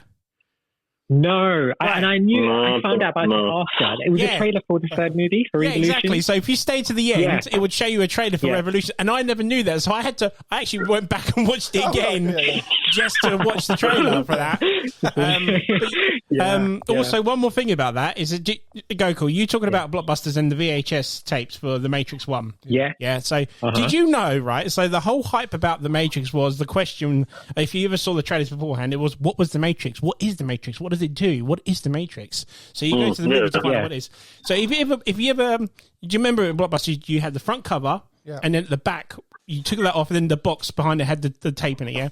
So if you took the front cover and read the synopsis of the movie, it tells you the twist on the back of the VHS box. And No way. Yeah, it really bugged me, man, because when I was stacking those shelves, putting these VHS tapes You kept up, seeing it. there it is. It's like, why are people renting this if it's giving away the twist in the back of the box? Yeah. It really aggravated me. Do you think they did that because they thought people might not understand it? This is what I'm saying. Yeah, that's why. Yeah. But it just There has to be an element of that in it, surely. has to be. Yeah. Which is why, otherwise, why Definitely. try and explain the film to people? Just let them watch it. It just really bugged me. I begged and pleaded to get those front covers off, or just have the front cover at least. Yeah. And not have the back of it. But no, oh man, just really, so sorry guys, that was my number 5, your number 1s, but very good picks, good picks there. Good guys. Awesome. We're going to go back to Gokul now, which is your number 4, sir. Gokul. Right, my number 4. Okay, so this one I had to double check with Ant because I wasn't really sure, but then Ant kind of said, "Yes, sir, it is." So it's basically I gave him the Bourne final trilogy. approval on this one. Right, yeah. And it was a Bourne trilogy, nice, I had this list done like last week and stuff. I had like, it just crossed my head because I was like, shit. I saw like, the Bourne Legacy on Amazon. I thought, fuck, oh no, does that mean that's not a trilogy anymore? And then Ant was like, no, it's it's still kind of like considered a trilogy and stuff. So it's a Bourne movie. And I think the first time I sat down and watched all 3 kind of like in sequence was at the end of last year, like during the lockdown and stuff. Yeah. And I don't know why, it was just like on Sunday I'd watch one of the movies and next Sunday I watched the next one. And I just like the whole idea of, this guy called Jason Bourne, and he's invisible in the sense that he doesn't exist, but he does. Yeah. And, it's just such a cool, spy action genre, kind of. Is it spy? Would you say it's one of the most realistic spy thrillers out there, isn't it? It's forerunner to the John Wick films, in a sense, Yeah, but you would see Bourne more realistic than John Wick, obviously. But see, I think it's more a case of obviously it's a case of John Wick based in a sense on Jason Bourne because he came first. So did he? Yeah. I'm going to come to something about that in a sec. Right. But Gokul, are you talking about, obviously, you're talking about Bourne Identity, Supremacy, and Ultimatum, Yes, I think he is. Yeah. And Ultimatum, yes, that's it, yeah. Because I think after that, they kind of finished it, and then they thought, okay, you know what, let's just do like another movie to add on to it and stuff. But I think at the time, I remember when, even just looking on Amazon, they had it as a trilogy. So it was like, this is the 3 movies, this is the complete, the whole thing. And and I'm watching it, because I think they used to show this all the time on ITV2 for the past like 20 years or so, and I'd always catch half of it. I'd never see the whole movie or whatever. And I said, no, I'm going to sit down and watch it all and try and make sense of it, And it was gritty, and it's just proper like real life stuff in a sense it's believable. But there's one scene in Bourne Supremacy that I never forget. It's the bit that happens in Waterloo Station, and it's quite scary because I used to pass through Waterloo Station a lot, like going to uni and stuff. Yeah. And it's a bit where there's a sniper in Waterloo Station. He's trying to, and I remember coming off the train thinking, shit, is he up there? Who's watching me? It's probably John up there. It's probably John with his sniper. I always feel like somebody watching me. Watching me. Oh, So, God. and the thing is, like, you know, when you watch movies, if you know a certain area, right, and you see the way they cut the movie, so if you know an area really well and they've shot in that location, Yes. say somewhere in London, it's like they're running past Big Ben and then literally when they turn the corner, they're coming out of Buckingham Palace, and you know, Yeah. geographically, Yeah. that doesn't make sense, right? No. But in this movie, right, going through that, the bit where he gets off the bus and he's going, it all like literally followed that path to the point where he got shot. So it was kind of believable in that sense. Like, not many people would notice that. They wouldn't really give a shit. But they, you know, in a sense, they thought, okay, we're going to make this real. So maybe people who pass through Waterloo Station, they can kind of, you know, relate to it. Maybe they didn't. Yeah. But it just made sense. Come to Waterloo Station to fear for your life. But that's the thing, like you say, though. Coming off the train If you thinking, know shit. London fairly well, then you'll know that Buckingham Palace isn't anywhere near, Waterloo and so on. You know, but whereas most of the world wouldn't know because they've probably never been. Exactly. So that's fair enough. But to actually, when you consider, say, 90% of the audience have never been to London, why have it the way it was done? If only 10% of the audience are going to realise that actually doing that's if you did come out of the station, you get on that bus, you are going to get off at that point. That no one else is going to know. So that's Is that 10% just Gokul? it's quite good though. No, it's good. It's a good picture. Yeah. Definitely. Good shot. I'm But it's good, I think, in all of it. Have you seen the other ones as well, Gokul? You've seen Legacy and Born, have you? Yeah, I have. And the thing is, that seemed like it was a bit more action-packed, and there was more explosions and stuff. It had a bit more gloss on it. Whereas So the it other kind of three went were away kind from of the more realism like... sort of thing. Exactly, yeah. And the original... Yeah, and if you notice that anyone who's watched the movie, at the end of it, they have this kind of like, it seems like a clarion call. It's kind of like, it's a song by M.T.V.B. Yeah. And so at the end of it, when you hear that, you're kind of like, oh shit, that was the twist to that movie. And I've been watching it thinking, oh, right, okay, that's kind of cool. And then literally... Is that the song that goes... Yeah. and then you hear it and you're like, okay, that's the end of the movie. But, sounds like a Hans Zimmer song, really, doesn't it? Yeah. Don't start that one again. Yeah, good. Did you watch the TV show as well, Gokul? There was a TV show. There was a TV show, wasn't it? I feel it was. Treadstone. Treadstone was called. Treadstone was good. I like that. What? Are you kidding me right so now? that's on Amazon, isn't it? I thought you were watching it right now. This is like news to me. Oh my god, It's not about Jason I thought you would've Bourne. watched I it. think he's... It's more about the actual company, Yes, isn't it? I think Treadstone. because obviously in the Jason Bourne films they do mention Treadstone, that he's part of the Treadstone program, but then Treadstone has its own TV series, and I've watched it all, and I think there is a reference or two in there to Jason Bourne where he's actually mentioned, but it's obviously not about him. You're seriously making Gokul's dick really hard I know, right now. probably am. You're going to have to go and look. I think it's on Amazon Prime. So go and look it up, Gokul. Okay. Gokul's like, mate, Born Identity. Born Identity. Hi. Yeah. Good pick, Gokul. Good pick. And thank you for scaring the rest of us for Waterloo Station. Yeah. Big J, what's your number 4, sir? So my number 4 is Terminator 1, Terminator 2, and Terminator Dark Fate. Yep. Oh. Ooh. Now he's true on that because Dark Fate initially says that 3, 4, and 5 never happened, so he's true on that. Yes. Yeah. Which we've already said.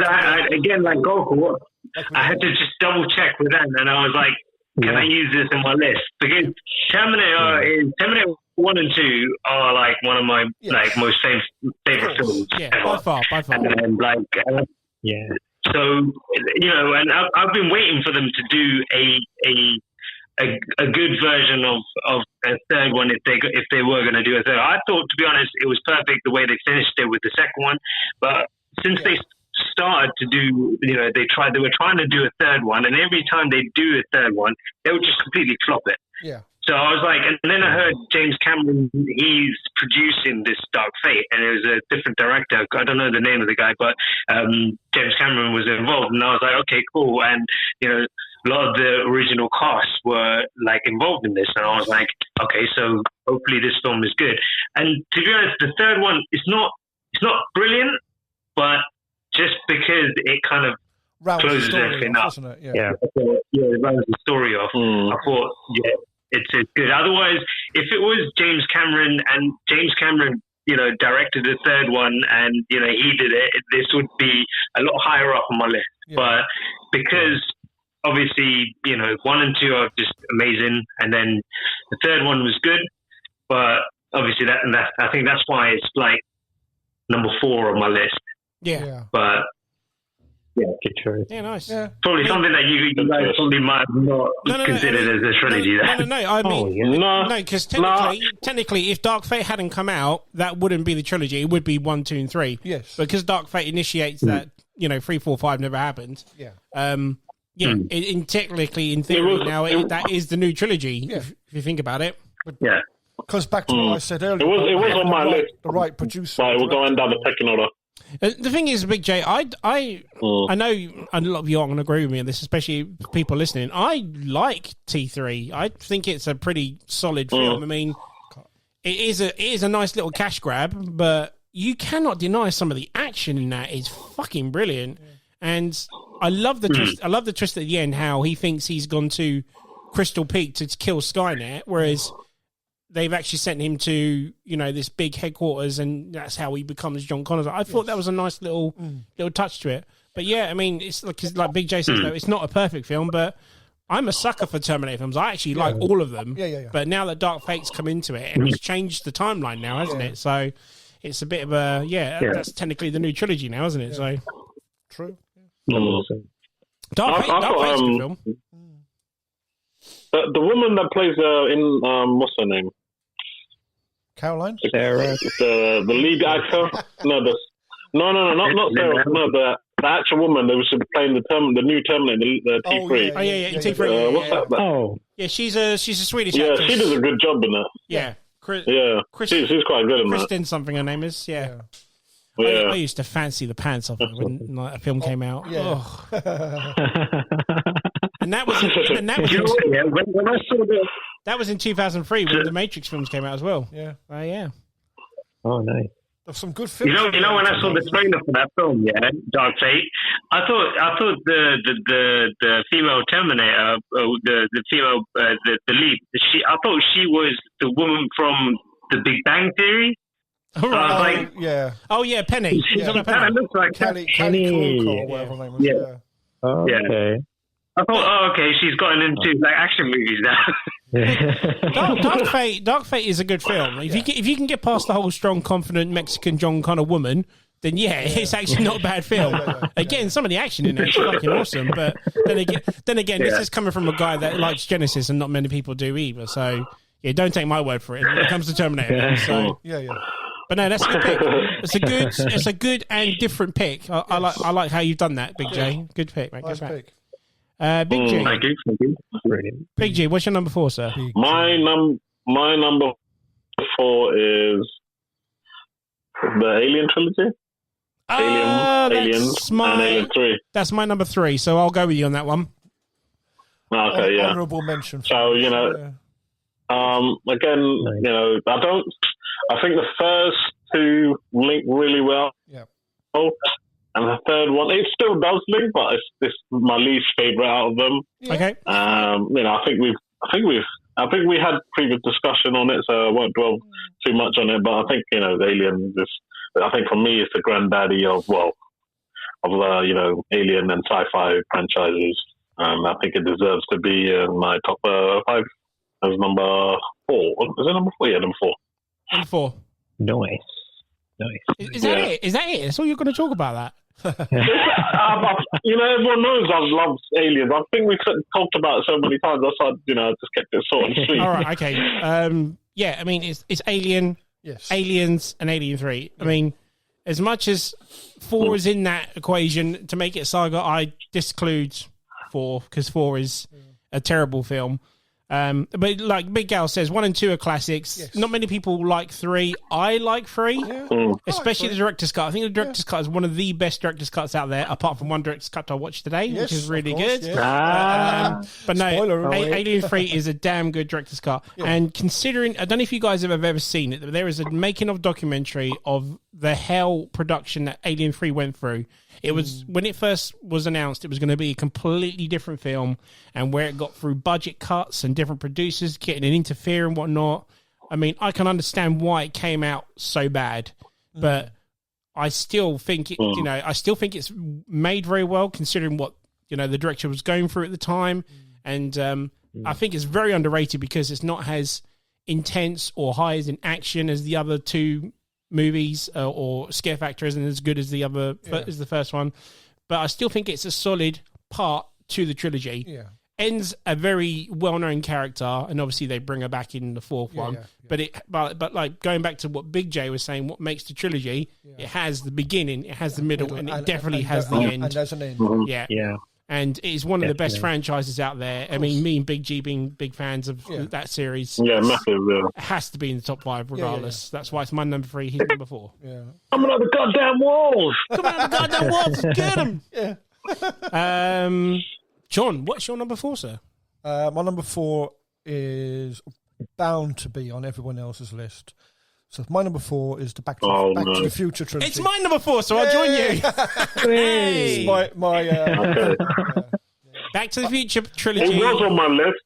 Is one of the most perfect trilogies out there by far. That's what I was about to say. Yeah. As trilogies go, all 3 are equally as good as each other. There's no one better than I don't think there is anyway. I think 3 is the lacquer of the trilogy, but it's solid. Not by a lot. No, of course not. But it is a good movie. For me, I loved all 3. Loved the story, loved the actors, loved the writing. Everything in it was brilliant. It stood the test of time. And it's like we said before about remaking films. I don't know if I'd be happy with them remaking it because I think it's kind of perfect as it is. Yes. But it depends on who's going to do it. Are they remaking it? No, they wanted to remake it for years, and they wanted. I think at one point there was an announcement they were trying to do Back to the Future 4. Yes, but because it ends perfectly, it makes no sense to do part 4. Yeah. To do, So it's like going back to your question that, no, just leave it. Like that one's exactly. I'm happy for it to be left alone. Yeah. You can tell we're 80s men. Yeah, I remember seeing it in the cinema. Part 2 is my favorite. Do you remember? So I went and saw this. My dad took me to see Back to the Future Part 2 in 1989, and I still remember this to this day. But this was one of the first ever films. Not many do now, obviously, where you watch the ending to the film and it said to be concluded at the end of it, and I was just like, what? So you mean they're going to do another one? There's another one coming, and as soon as it says that in the film, it shows you a teaser for Part 3, and I'm like, Dad, what's going on? There's another one? Yeah. We know there was no internet there. There was no internet or anything. And no one knew Back to the Future 3 was coming. You just thought, it's Back to the Future Part 2. You're like, oh my God, this is insane. But then they announced that there was a 3 in 2. Just blew my fucking balls off. It's like, good God. It's like, but you can tell how much of an impact it had on me because I still remember it as a 7-year-old. 7-year-olds kind of remember shit nowadays. Yeah. But come on, it's a damn good trilogy. But did you know that Michael J. Fox wasn't the first choice for Martin? Eric Stoltz was. Yeah. But it took him so long to try. There's no point going into Back to the Future facts for me, dude. I know it all. I'm saying it more for the others if they didn't. It's like Elijah Wood's in number 2 as well. Did you know that? He's in number 2. Elijah Wood's in Part 2. Yeah, he has a cameo. I was going to say he must have been quite young then. Yeah, if you ever go back and watch it, Part 2, there's a part where Marty McFly goes to an arcade machine and there's 2 little kids playing with a gun. Yeah. And he goes, you got to use your hands? That's like a baby's toy. Oh. Elijah Wood's one of those little boys. Oh, right, okay. Amazing. Again, I want to go back and watch them. But you're right, John. The characters, the story mainly, the soundtrack, of course. Awesome. The fact that, did you ever, back in 2015 when it happened, it's now essentially Back to the Future Day, October 21st. Yeah. That day was a big part for me. Yeah. On that day. I was just like... Oh, my God. No, because I'd watched those movies countless times, right? Mm-hmm. And I remember my daughter was 1 or something at the time, right? And it got to, like, certain parts of the day, like 6, 5, 4. And I was like, oh, shit, Marty McFly, he's out, he's doing this now, and he's doing that now. And I was just like, oh, my... It's just like a big thing for me. It's just like Marty's doing this now. He's doing that now, and the dog's going to go and meet him at this time of the day. And I was like, Yeah, mate, Back to the Future is That a is big part of my wicked. life. But like you say, the impact those three films have had on people's lives is unreal, considering it's just three films. So yeah, Absolutely. I'd have had it higher in my list, but there was a couple of others I kind of edged it down to 4. So. Yeah. And if you guys are ever interested in Back to the Future, there's a documentary on Netflix called Back in Time. Oh yes, highly recommend you watch it. It's very good. Yes. Very good. That's on my list, actually. Yeah, I need to see that. There was a guy on there, not spoiled, but a part of that documentary. There's a guy who's he was a big fan of the films, and he found out he had like a year to live. He had cancer of some sort, so he got a credit card, maxed it out, and he remade a DeLorean. That's right. And what he did was he built the DeLorean and he rode around America for charity, and then obviously. Incredible. Turned out he got his cancer cured in the end. So in the end, he got to make a shitload of money for charity. Have a DeLorean at the same time and whatnot. It just my God. It's very good documentary, guys. I highly recommend it. Yeah, and I remember reading about that actually, and about that whole thing. And he built his own DeLorean. That's he right. must have thought, fuck it, I'm going to go and do this. And guys, like just to tip in, like I'm so innocent. I so badly wanted to put Back to the Future in, and I just wanted to, I just wish I kind of did now, like honestly. And I remember again watching that as a child. For me, the first one I saw was number 3, the Wild West one, and for me, just something about the idea of it being on front of a train and then driving off the bridge and him going into the, for me, that was just amazing. It's just this whole idea of it. And the first one, it gets, it's an emotional aspect to it because you watch the first one at the end, it's like he's seeing his mum back in the day, and then he comes into the future and she'll say something, and he's like, and he'll remember that at the moment when it happened and stuff, and it was just amazing. And that one scene where he's on the bandstand and he's going through the ages of the music and he's playing some 80s like slash solo, and everyone's like, too ahead of your time, man. It's just genius. It's weird you saying that, Gokul. It's weird you say that because when I watched it as a kid, it was a time travel film. Yeah. Whereas the later you watch it and the more people talk about it, and they're like, oh, it's a film more about incest. Yeah, whether he wants to, whether he's going to sleep with his mum or not. It's like, I heard about it. I don't really think it. Look at it like that. I look at it as a time travel film. He's like, dude, look, his mum's trying to get with him and whatnot. Yeah, just it's so odd how other people see it as something else. Exactly. I want to add to that as well. I mean, people who know me, I love time travel. It should be on my list, but it's not. But one thing I love about it is, I think a couple of months ago, Little J posted a little snippet. Oh, guys, did you know this? It should be Twin Pines, but he comes because he smashed the car through it. It's called. I'm like, dude, that's the first thing I ever met. Like, calculated that we watched that. How did you not know that? How could you not know that? I think it's called Single Pines or Twin Pines to Solo Pine. I can't remember. Yeah, that's right. Yeah. And he's like, guys, and he's like, guys, did you know this? And I'm like, dude, just get off the group chat. Like some guy posted it on TikTok, and I'm like, dude, where have you been the last 30 years? Yeah. Jesus Christ. Yeah. And can I just say one more thing? I just need to ask one thing. Can you just tell us? Did you go to the secret cinema for Back to the Future? No, I never. No, I never went to it. No, I wanted to. I'd love to go to one of them. Pardon the pun. If we can go back in time, can we just go and relive that? Because I heard from someone who went there, it was absolutely amazing. They recreated the whole square. I saw them. They remade Hill Valley and everything, didn't they? Yeah. Yes.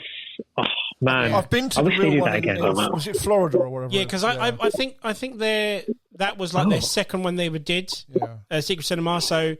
I didn't really know about Secret Cinema until they did the Star Wars one, and then I found out about that they'd done an Alien, a Blade Runner, and I'm just like so good. I missed out on all these great ones. Yeah. But yeah, definitely. See, I find it hard to believe. I mean, I know that G's a huge fan of time travel, but for him to not put that in the list, I'm very surprised. I find not being from that. It's like if you can't. To me, you can't. Again, it's just like travel. I knew. I knew. I knew Ant was going to put it in there, and I knew. I know what he's going to and I knew John was going to have it in there. He's going to have some sort of stupid Pokemon trilogy in there or something like that. In there. Right. They're worthy, mate. They're worthy. So that was your 4. My 4. And my 4. So it goes to Gokul's number 3. Gokul. Lovely. Okay, my number 3, and I know for sure someone has got this on this list. I'm looking at my list right now, and I'm thinking, oh man, I wish it was kind of higher up. But no, I'm going to stick it as 3. It's the Dark Knight trilogy. Ooh. Oh, you bastard. Controversial. It's my number 3 as well. Controversial indeed. Yeah. Man, I wish. Is that the oh yeah, Dark Knight, yeah. Same. Yeah, man, Number 3. Christopher Nolan. Yeah, all 3 movies. And watching Batman Begins, I remember I actually went to the cinema to see Batman Begins. I heard about it through a friend, and I remember watching it, and I was like, "Oh, this is interesting. This is different from the previous Batmans. You know, it's very dark, really dark. You know, very really serious." And then there was this talk about this new movie, the second one that was coming out, called The Dark Knight, and everyone was going crazy about it. And I was like, "Why?" And it's like, yeah, there's Heath Ledger, he's going to play the Joker and stuff. And I was like, in your head, you have this image of the previous Joker, who's like, just comical, like not dark or psychological and stuff. And then you see that trailer and you're like, oh my God, like literally goosebumps coming out. I remember at university, and I was at university time when I heard the news. The news broke about him, dying when he died. And I was like, oh shit, no. Like, and then, you hear, okay, well, they, wrapped up the filming. He's done all his parts and stuff. And then, this whole talk about, it's the legend, isn't it, of Heath Ledger as the Joker. Yeah. And it's just, to me, to this day, it was the Joker movie. I hate to say it. I know it's Batman, but it was all him, It was like his farewell from the world to say, listen, I can fucking act, And it was amazing. And then I think after the hype of number 2, number 3 came out, and I was just like, okay, yeah, definitely. And, a lot of people, okay, again, it was the hype of it, had to live up to number 2. It never will do.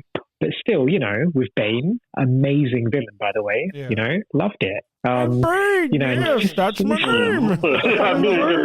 Yeah. And even you could understand what he was saying, and they had to kind of improve his like voice or whatever it was to try and so people can hear what he was saying and stuff. Yeah, but yeah, that was good, and I have to say.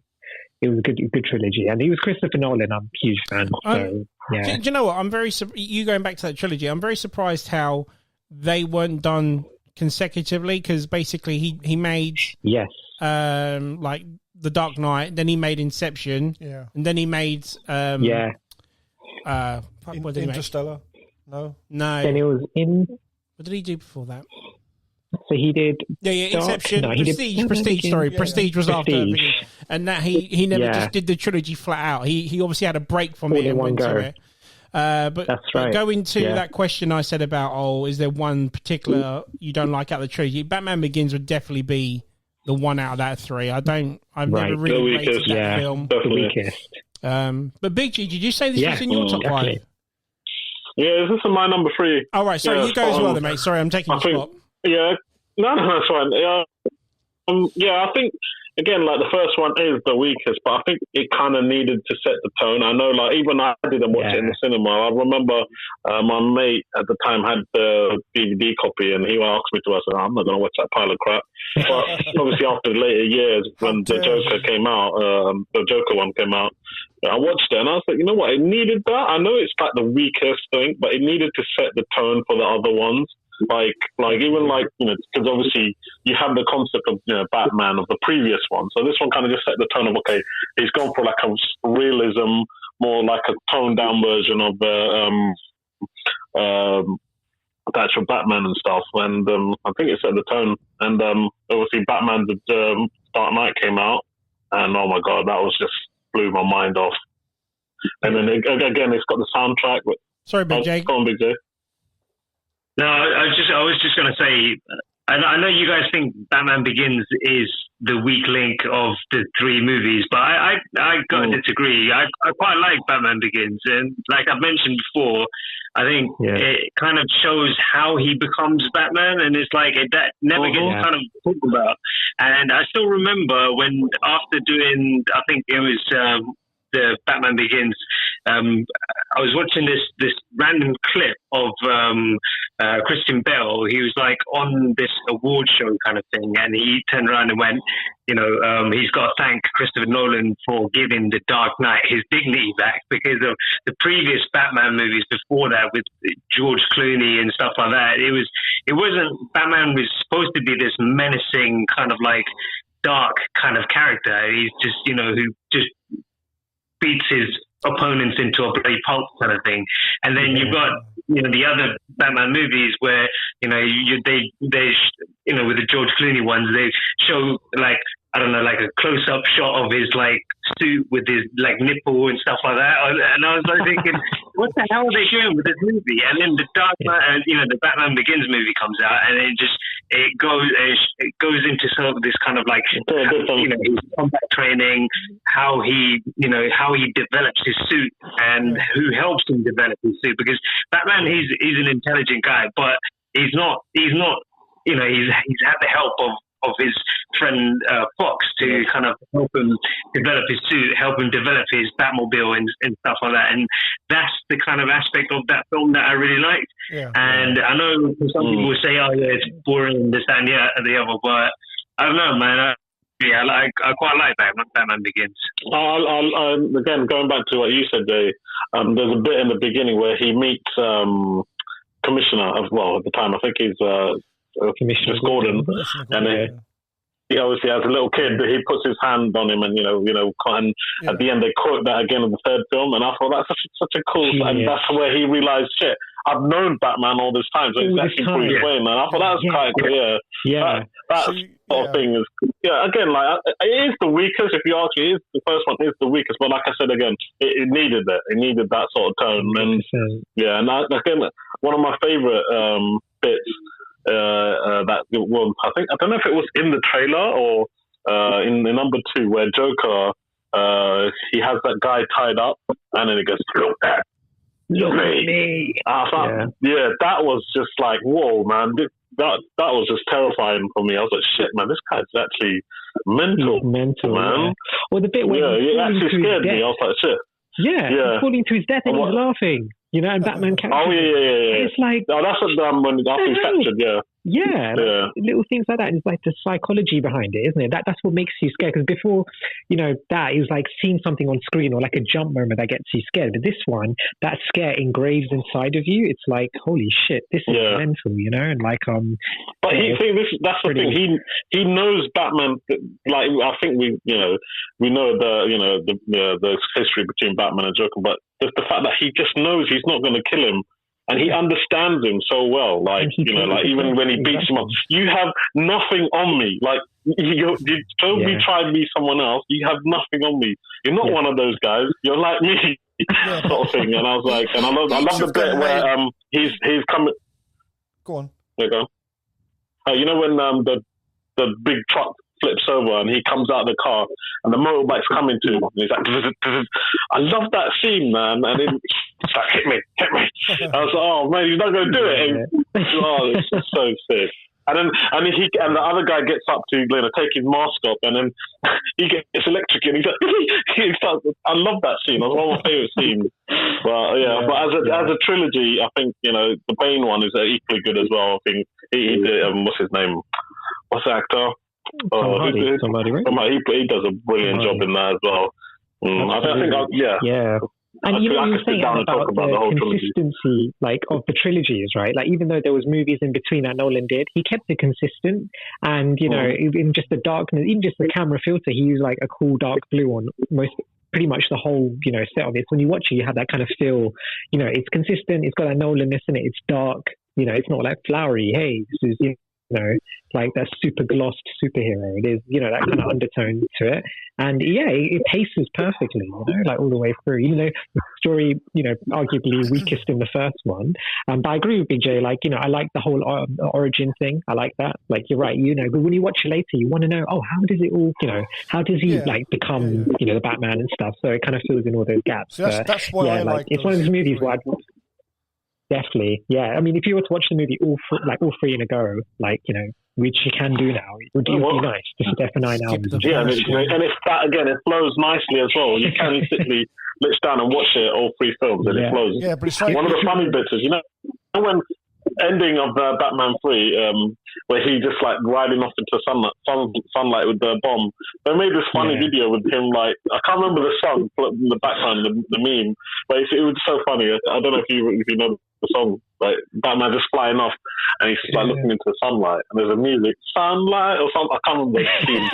It was hilarious at the time. But then do you not feel that Batman is more than just a figure? It's obviously it's the story. I liked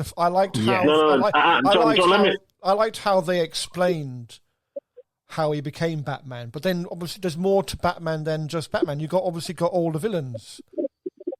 It's Batman. That's why I know you all the Batman that he needs to be. I know you all slated, Gotham and all of that thing. But for me, that explains where all the villains come from, how they became the villains. And that's what, for me, even though Gotham's mainly about how... What show? That's how... No, hang on a minute. A minute ago, you Gordon becomes... Gotham's about Gordon. No. But a minute ago, an hour ago, you said... So hang about, we've gone from movies to TVs again. No. Just because it's not on Disney Plus. You have to explain the story. There's more to it. Yeah, I mean... going back to Batman Begins, maybe because I know and have heard the origin over and over again, is probably why I don't think it's that good. But it's one of those ones where if you don't care about the origin, you could simply skip Batman Begins and you could just watch the other two. It wouldn't have affected anything at all, apart from obviously if you want to know the origin, it would. But no, but it's a good pick. Was it in anyone else's top 5? No. No. Oh, it was going to be an honourable mention of mine. Oh, okay. In my top 5. Then it goes to Big J. Big J, what's your number 3, sir? I think we've covered my number 3. It's the Planet of the Apes series. Oh, okay. Yep. So, John, Big Gal, what's your number 3? Your number 3 was picked, wasn't it? I think it was. Yeah. It was Batman. What's your 3, John? My 3 is the Captain America trilogy. Oh, okay. So you're glad that Big J mentioned there's trilogies within the universe. Then. You got off lucky there, sir. I do. I must admit, I do like the premise for Captain America. So when they've done the first film, I liked how they explained obviously how he became and so on. So then to find obviously there's 3 films in a set. I think it flows quite well. I liked how it all. I know we come into like a TV thing, but I like the Agent Carter series because obviously you get to see her involvement, obviously because she's in the films, and so the Marvel universe they used all these little aspects and made TV shows and movies and so on. But I did like I liked the Captain America trilogy. I think it flowed quite well. I mean, Civil War was very good. I fucking love Civil War. Civil War was in my top 5 superhero movies of all time. But Winter Soldier's fucking awesome as well. That's what I mean. All 3 of them as a trilogy. Winter Soldier was the film that Captain America, was fucking Captain America. He put him to his full extent. The first one he becomes. The second one he's very good. So that was my thing. Is on the first one, he's good. He's Captain America. He's a good superhero and stuff. But it's like you said, and I think the second one, Winter Soldier, is when you realise he's a badass. It's the the origin story out of the way. Yes. If you know how he does it, just skip it again. Just go straight to number 2. Go straight to Winter Soldier. I think Winter Soldier underrated. Winter Soldier's underrated. A lot of people don't highly rate. It should be hyped more, you reckon, Gal? Yeah. I think a lot of people don't talk about it. I think a lot of people do. What's that? I think if you talk to many Marvel fans, a lot of them say Winter Soldier's in their top 3 at least. Yeah. Exactly. Yeah. I think Winter Soldier's highly rated. I would prefer Civil War to be more highly rated, but a lot of people prefer Winter Soldier. I don't think there's a lot between the 2 of them.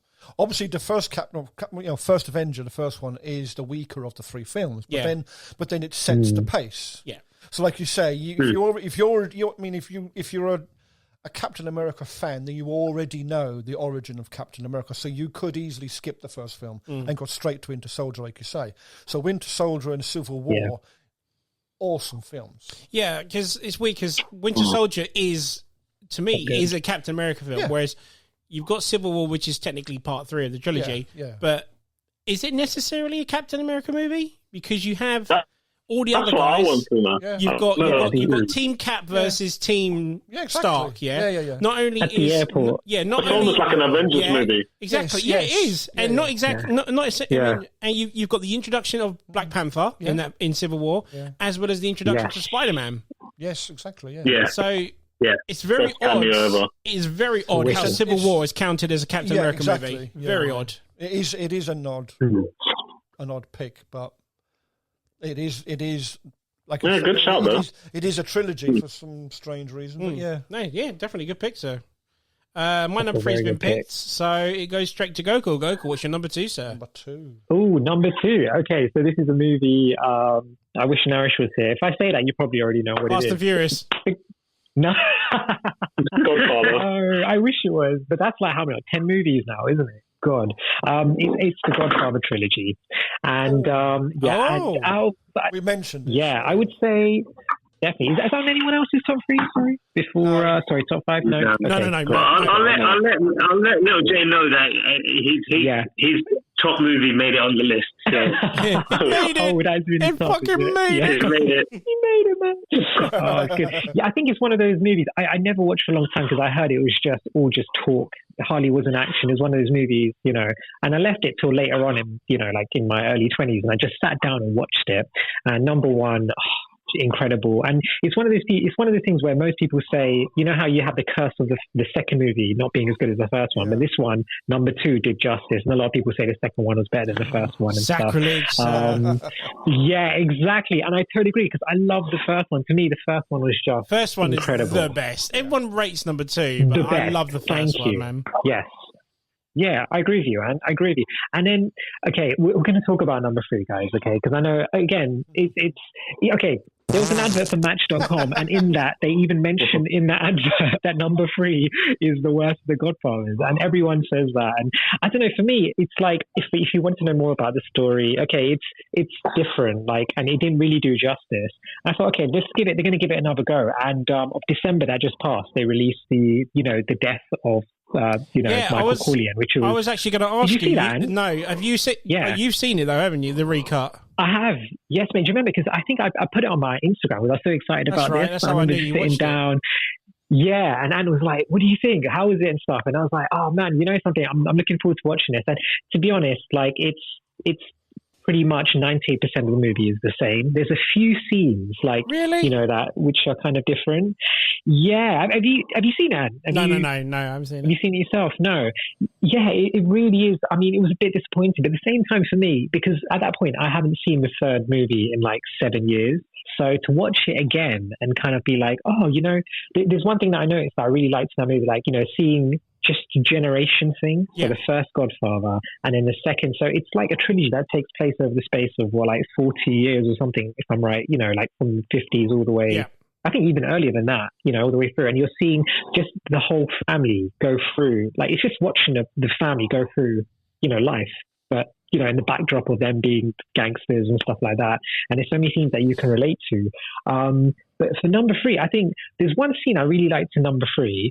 And it's this scene. I remember going on the internet and a lot of people say that he should have, got award for this, but it's the bit where he's having the diabetic kind of attack. Yeah. I'm not saying that because of diabetes and stuff, but he plays that so well. Yeah. He's at the church and, it's just the way he's eating the biscuits and he's huffing and puffing and stuff like that. And it's just homage to how good Al Pacino is as an actor. No one could have played his role, and it's consistent all the way through. Even though he's older in the third movie, it's just, he just, playing Michael Corleone, he's the Don, and it's just, it's amazing. And all these little characters, and it's just, it's a trilogy that me and Narish have in common. This is where John's going to give you an offer that you can't refuse. Goku, soon as I was out, they pulled me back in. Just what I'm like, pull me back in. I've got a little funny thing to say. Basically, go for it. I remember a while ago, and you posted up this thing on. You put up a lot of stuff on Facebook, right? And one of the things was name your fill in the blanks, and it's the most overrated movie, Yep. the first movie you've ever watched, and it's just a list, and then everyone just kind of you just have to fill out your list and post it up. And so I know how much of a big fan my brother is of the Godfather movies, and I got to be honest, I haven't seen any of them. I've seen scenes of the Godfather movies. I haven't seen the whole movie. I should watch it, but I've never been kind of a big fan of all the gangster type movies and stuff. But my brother, he is a massive gangster movie fan. Anything gangster related. So I knew this would really put him off. So I put down the most overrated movie, and I put down the Godfather series. just to piss him off. He was so happy you called it overrated. You haven't even seen the movies. I was like, yeah, but it's overrated though, isn't it? Ooh. Yeah, I remember he went nuts. If he were messaging me, he put it on the little underrated. How can you do that, man? I mean, he couldn't be more of an opposite to a gangster if he tried. This is true. And yet he's such a huge gangster fan, isn't he? Even if Nash was a gangster, his gangster name would be Bad Ape. Yeah. So Bad Ape. Oh man, that was a good pick. We're talking about a guy who pimped out his Ford Puma, pimped and all that. That's a good pick, Gokul. Good pick, mate. Thank you. Big J, you're number 2, sir. So my number 2 is the John Wick series, the John Wick 1, 2, and 3. Oh, nice. Yeah.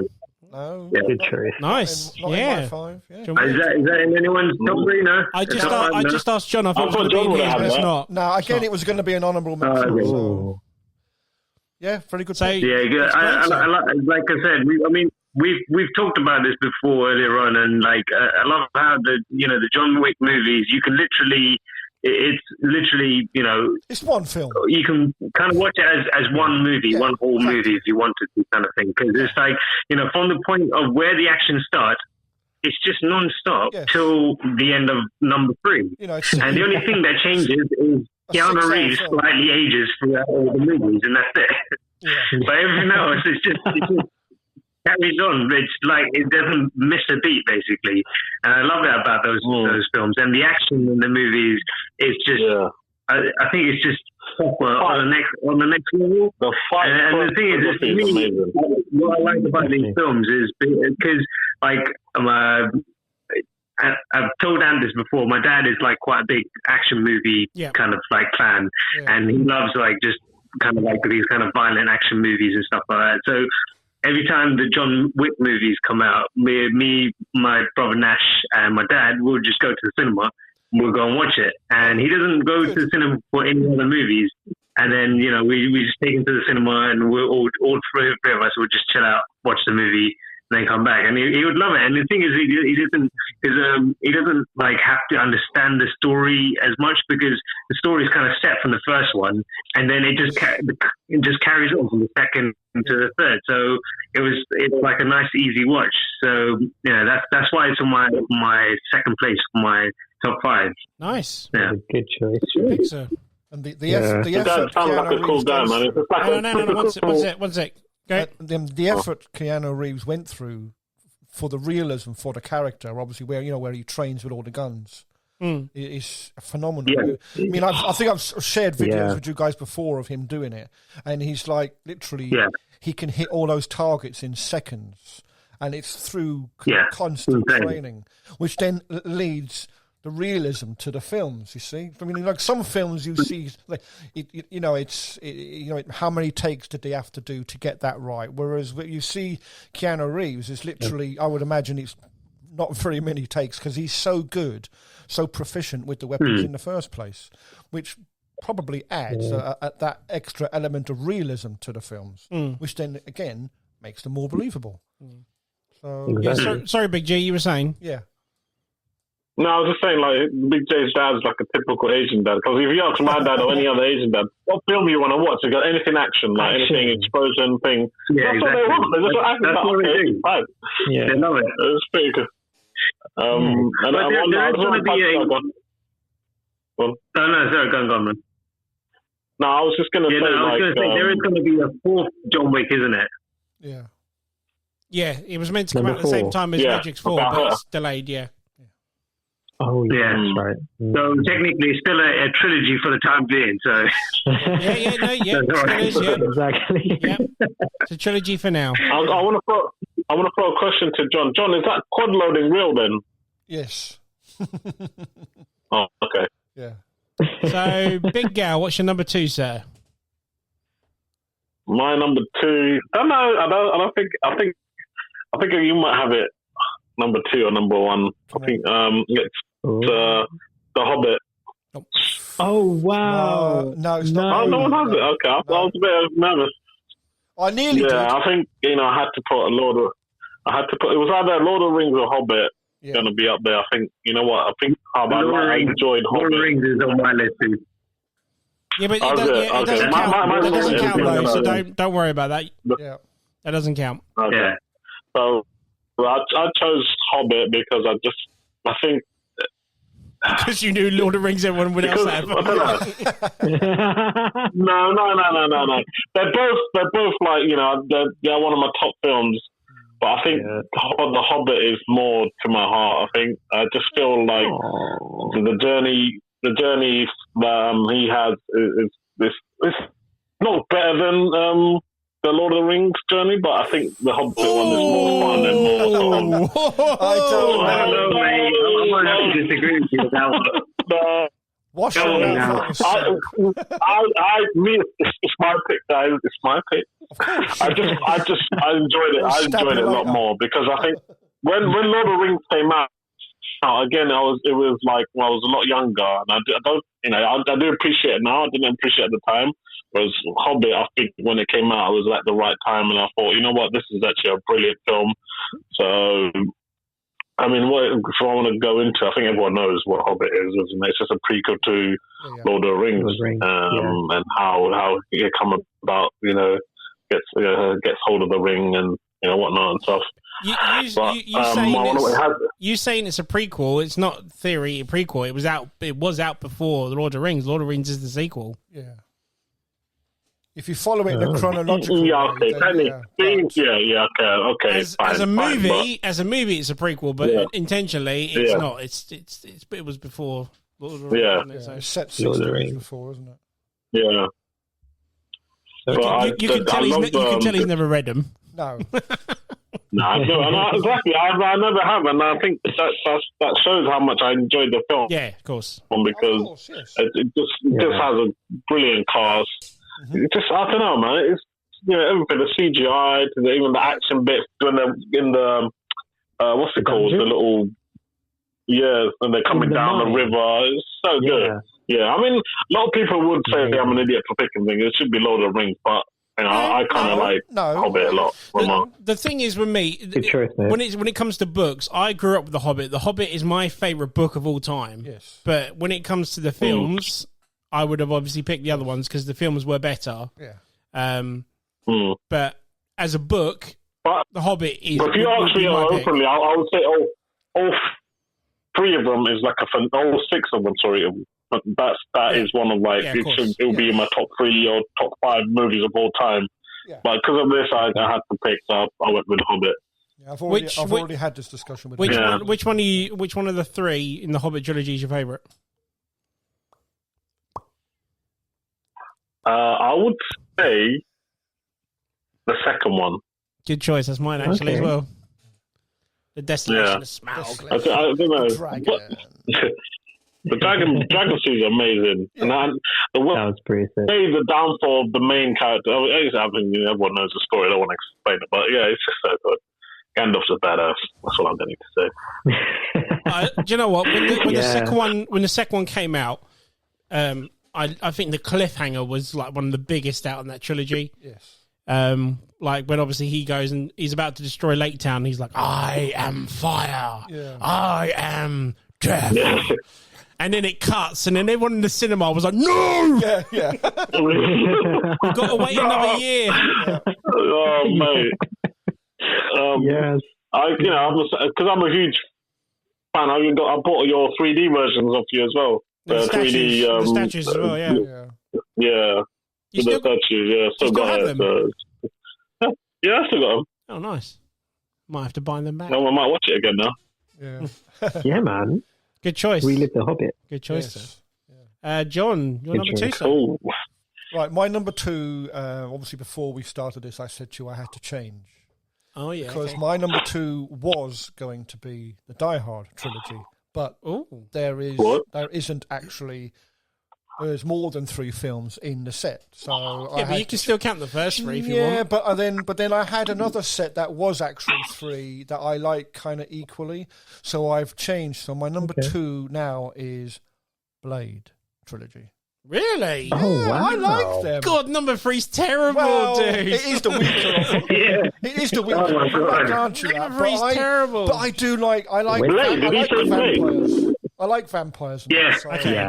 What? And to me, I mean, That's 'cause so not you, dude. You're being out of character.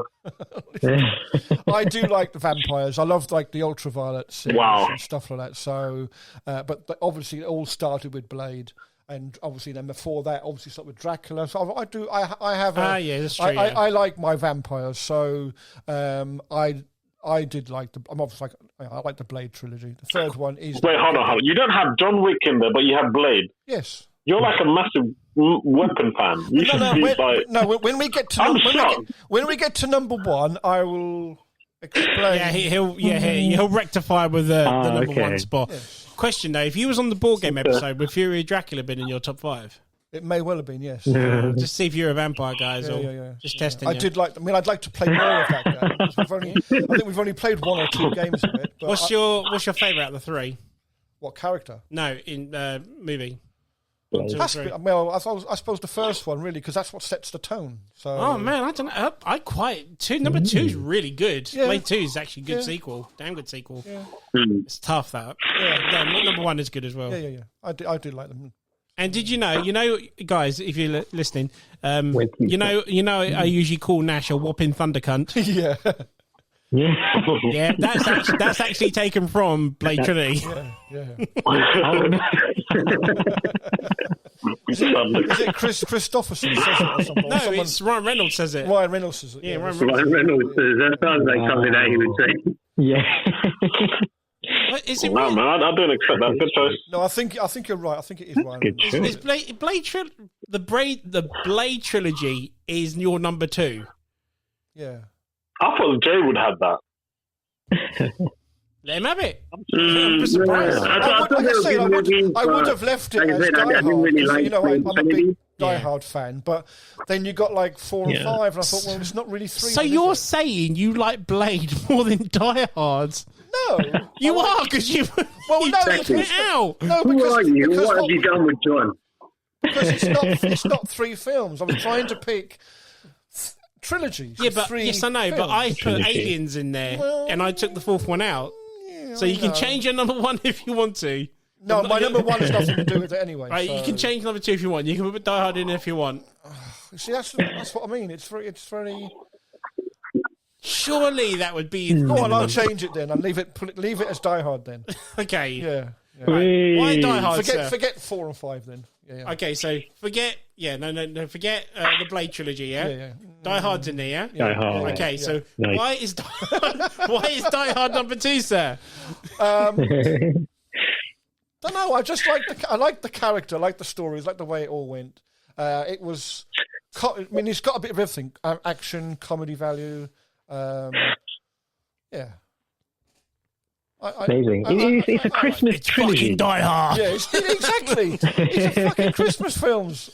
Yeah, 2 of them are anyway. Christmas trilogy. Yeah, the first one's Christmas 2. Eve, second one's Christmas Day. So Third one's Boxing Day. people can No, it's not actually, but they can argue all they It's like not. about it not being Christmas films. They are Christmas films. So. All right, so I'll go to my number 2. Big J, big apologies, but mine's going to be Lord of the Rings. That's my number 2. Ooh. Big J, you said it's in yours. Is it your 2 or my number 1? Oh, it's your number 1. It's my number 1. Oh, it's your number 1 as well. Right. It's my number 1. You guys go into it quickly then, and then I'll say my side of it. So, John, why is it your number 1? For me, it's number 1, even though The Hobbit is set beforehand.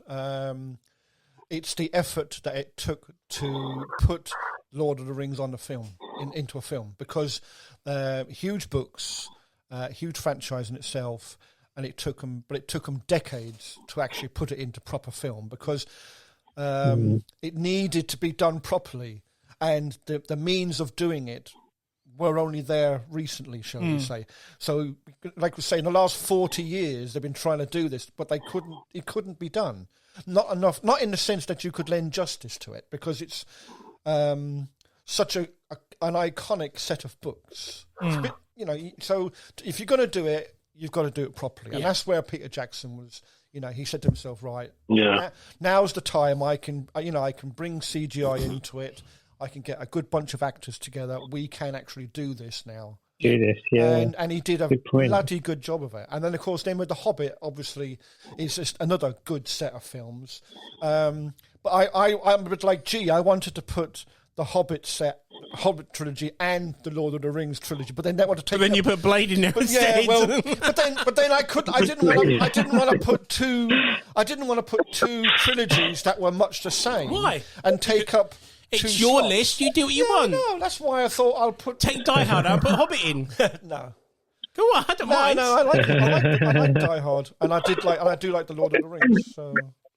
It was a big gamble though, because like Big J mentioned earlier, they filmed all 3. Yes. And if the first one had fucked up, then what were they going to do with the other 2? I think Peter Jackson knew it would come out well. So. Big J, why is he your number 1, sir? It's just.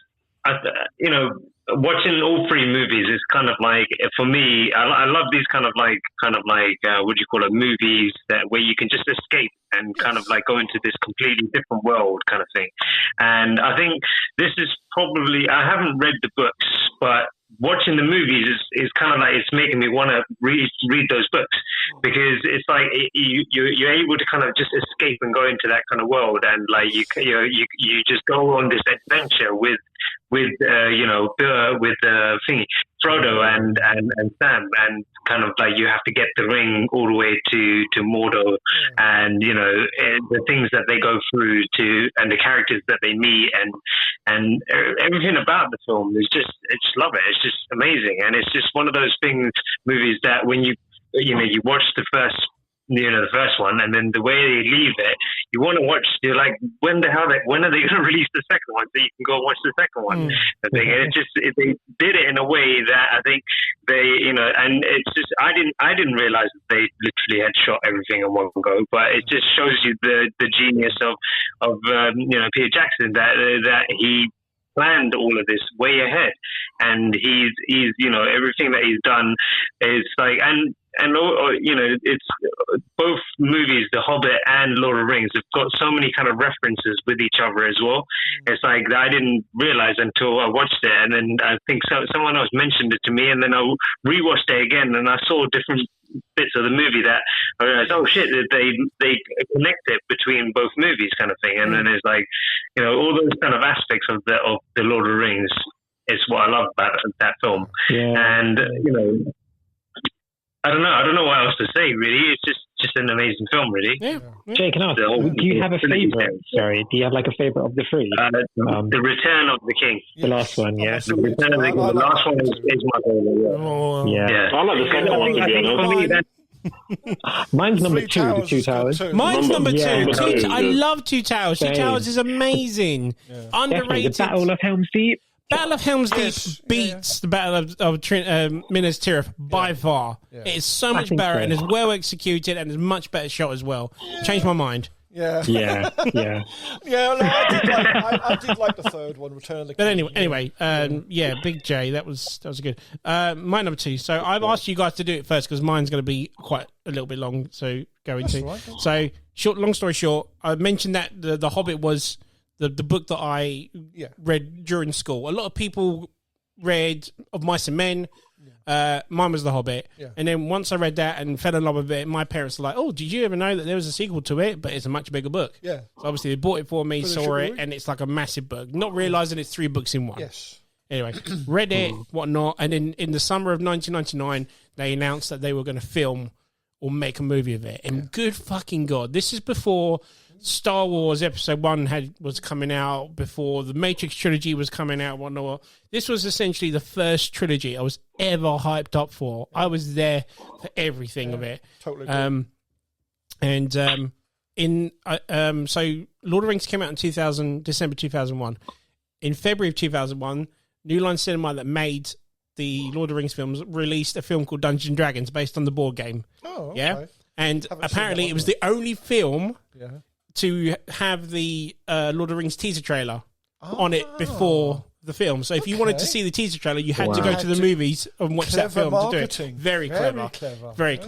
And then that was the trailer that announced when the films were coming out. So at the very end of the thing, you'd have this one this Christmas, this one next Christmas, and the last one the Christmas after. Right, and I'm like, good fucking God, we've got to get for 3 years of all this stuff. And obviously the films came out, fell in love with them, whatnot. And, you know, being a big fan of the book, obviously they've rearranged it, or there's still parts missing from the book. So it's still not 100% the book, but it's fucking good enough to be, you know, part of the book. There's not a lot missing. But, exactly. Also, long story short, and I think you know this, and Big G knows this, but I'm actually in the special features of the Two Towers. You did say, yes. That's why Two Towers is one of my favourites. That's why it's in your top number 1. Are you serious? It's not my number 1. Ow. It's not my number 1. It's number 2. Oh my God! So back in the early 2000s, me and my sister used to go to premieres in London. For like the red carpet sort of things, so like Episode 2 and X2, all that sort of stuff. And then we went to the Two Towers one, and not realising they were filming. If you ever have the box sets for Lord of the Rings, whatnot, they have like a bunch of DVD extras doing mini documentaries, whatnot, sort of thing. And then they obviously talk about when the film was premiered. So when the Fellowship of the Ring premiered, there wasn't much of a crowd because, you know, it's Lord of the Rings, no one gives a shit. But when obviously that movie was a big hit, everyone showed up for the Two Towers premiere. So me and my sister were there in the crowd, whatnot, and then in the DVD features, special features, you're in it. I'm there getting signatures from you know, the cast and crew, and there's me. You can tell it's me because of my double chin. You can see it from the side, and there's me with my little homemade camera sort of thing. And I never forget when I first saw that, because I'm just in bed in my parents' house at the time looking through the features, and I'm like, is that me?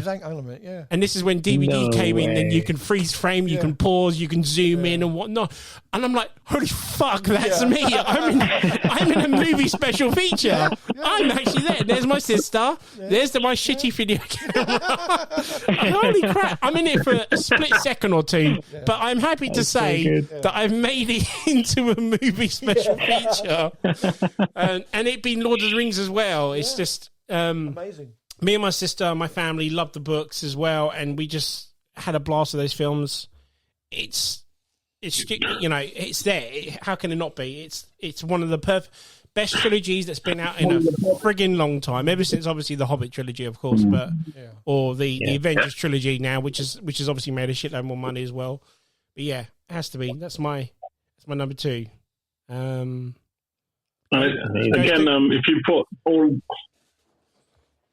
if you put Lord of the Rings and The Hobbit side by side, you can literally watch all of them, and again, it will just flow like a one massive film. And it helps because it's done by Peter Jackson. It'd take you all day. It would be a good.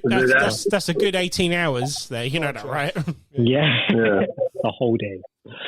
Right, so we're down to the. Well, obviously, we know John and Big J's number 1. So Goku, what's your number 1, sir? Oh no, we know yours. We know yours is the Matrix, wasn't it? Sorry. We know Goku's. Sorry. So Big Cal, what's your number 1? It's probably going to be the same as mine. Go. Yeah, no, my number 1's done as well. Oh yeah, yours was Matrix as well. Matrix. So it's just me then. Okay. Surprisingly, everyone who knows me knows what this was going to be. It's obviously Star Wars, but it's going to be the original trilogy, which is obviously A New Hope, 4, 5, and 6. Empire Strikes Back, and Return of the Jedi. Return of the Jedi is one of those films that I watched first. As it was the first ever Star Wars film I watched. not realising, going back to the question I said about, did you ever know this movie was part of a trilogy? No, I just knew it was a Star Wars film. It was the Star Wars film that made me the person I am today, the fan I am today, the geek I am today. And unfortunately, it kind of spoiled the big twist in Empire Strikes Back. So when I went back and watched Empire Strikes Back, and he's like, Luke, I'm your father. I was like, well, I kind of knew that already because I watched Return of the Jedi beforehand. So, but no, it's the characters, it's the story, it's the ultimate sci-fi. It's everything I want from a trilogy. And it did essentially finish it off up until we get the shitty Disney trilogy, of course. But yeah, it was a no-brainer. Mine was going to be Star Wars at the end of the day. Yeah, I remember the hype behind the first ones. And I'm not a huge Star Wars fan, but I do enjoy the films. So I remember the hype leading up to these, and the fact that it was you were told from early on that it's going to be the middle set of films. So it was like 4, 5, and 6, and that was kind of odd because you're. But that was never the original, was it? If you watch the original New Hope, it never ever said Episode 4. He went back and put Episode 4 in there. Yeah.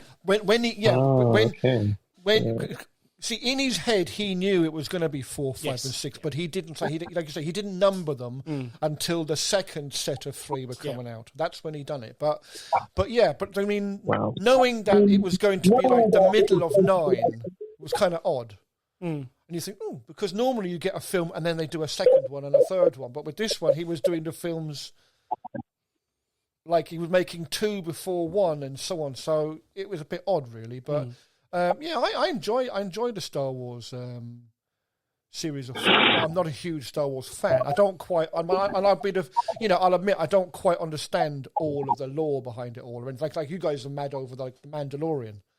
I haven't watched any of that. You haven't watched it yet. When you watch it, you'll be fucking into it. I mean, I've finished watching WandaVision, and I want to watch Mandalorian now. So, what channel that's on? I wonder, G, what channel is that, G? It's Big G now. Fucking hell. Well, it's not just me promoting it, it's you as well, John. Bunch of Disney Plus promoters in the house. I only got it yesterday, or day before yesterday, so... And I have to ask you. Yeah, go for it. You're gonna hate me for asking this. What is the favourite of the 3? Do you have a favourite? Oh yeah, but that is the most controversial thing out of all of it. Really? What is it? No, because I'm going to get so many comments and haters out of it. So I'm going to save that for another episode with some Star Wars fans. Good. Does it have the word? True Star Wars. No. That's pretty much it then, really, isn't it? Yeah. That was great. Yeah, we've got them all done. Some good top 5s there, guys. Some good top 5s there. That was amazing. We only clashed a couple out of that. I was quite surprised about that, to be honest. Yeah. I thought there'd be more clashes, to be fair. Yeah. Mic clashes? There's been some shockers. There was a lot of mic clashing. Mic clashing, yeah. No, but I think there I'm surprised Blade made it into the top 5 of football list. No, he took it out. He took it out in the end. So. Because I was trying to do it from a purist sense, You just do it the hell out of here. Loser. Right. John probably just thought, like, okay, if I need to take out Die Hard, what other trilogy could I put in there? Probably the best thing that You could have put John Wick instead. It would have been an honourable mention. Does anyone want to put any honourable mentions in before we sign off? I think mine have all been. I'll put in a couple myself, which would be the Evil Dead trilogy, as well as the Vengeance trilogy, as well as Indiana Jones. I mean, let's take out Crystal Skull and keep the other 3. Yeah. Definitely put those in. Yep. I can't think of any others off the top of my head. I think what couple of one? The thing is, I'm going to cut this episode. No, shut up. Get out of town. Get the fuck out of here with that shit. Right, we've got to call it then, guys. Just want to say a big thank you guys for coming on. Really, really appreciate you coming on and doing your experiences and top 5s. Thank you, guys. Anytime. Thank you, mate. Thank you. And guys, if you liked what you listened to, then follow us on Facebook at the M.T.V.B podcast or on Instagram at M.T.V.B podcast. And just want to say thank you for listening to. And signing off is myself, John, Big Gal, Big J, and Gokul. See you later, guys. See you guys. Hope you enjoy. See you guys. See you later, guys. Take care, everyone. Peace out.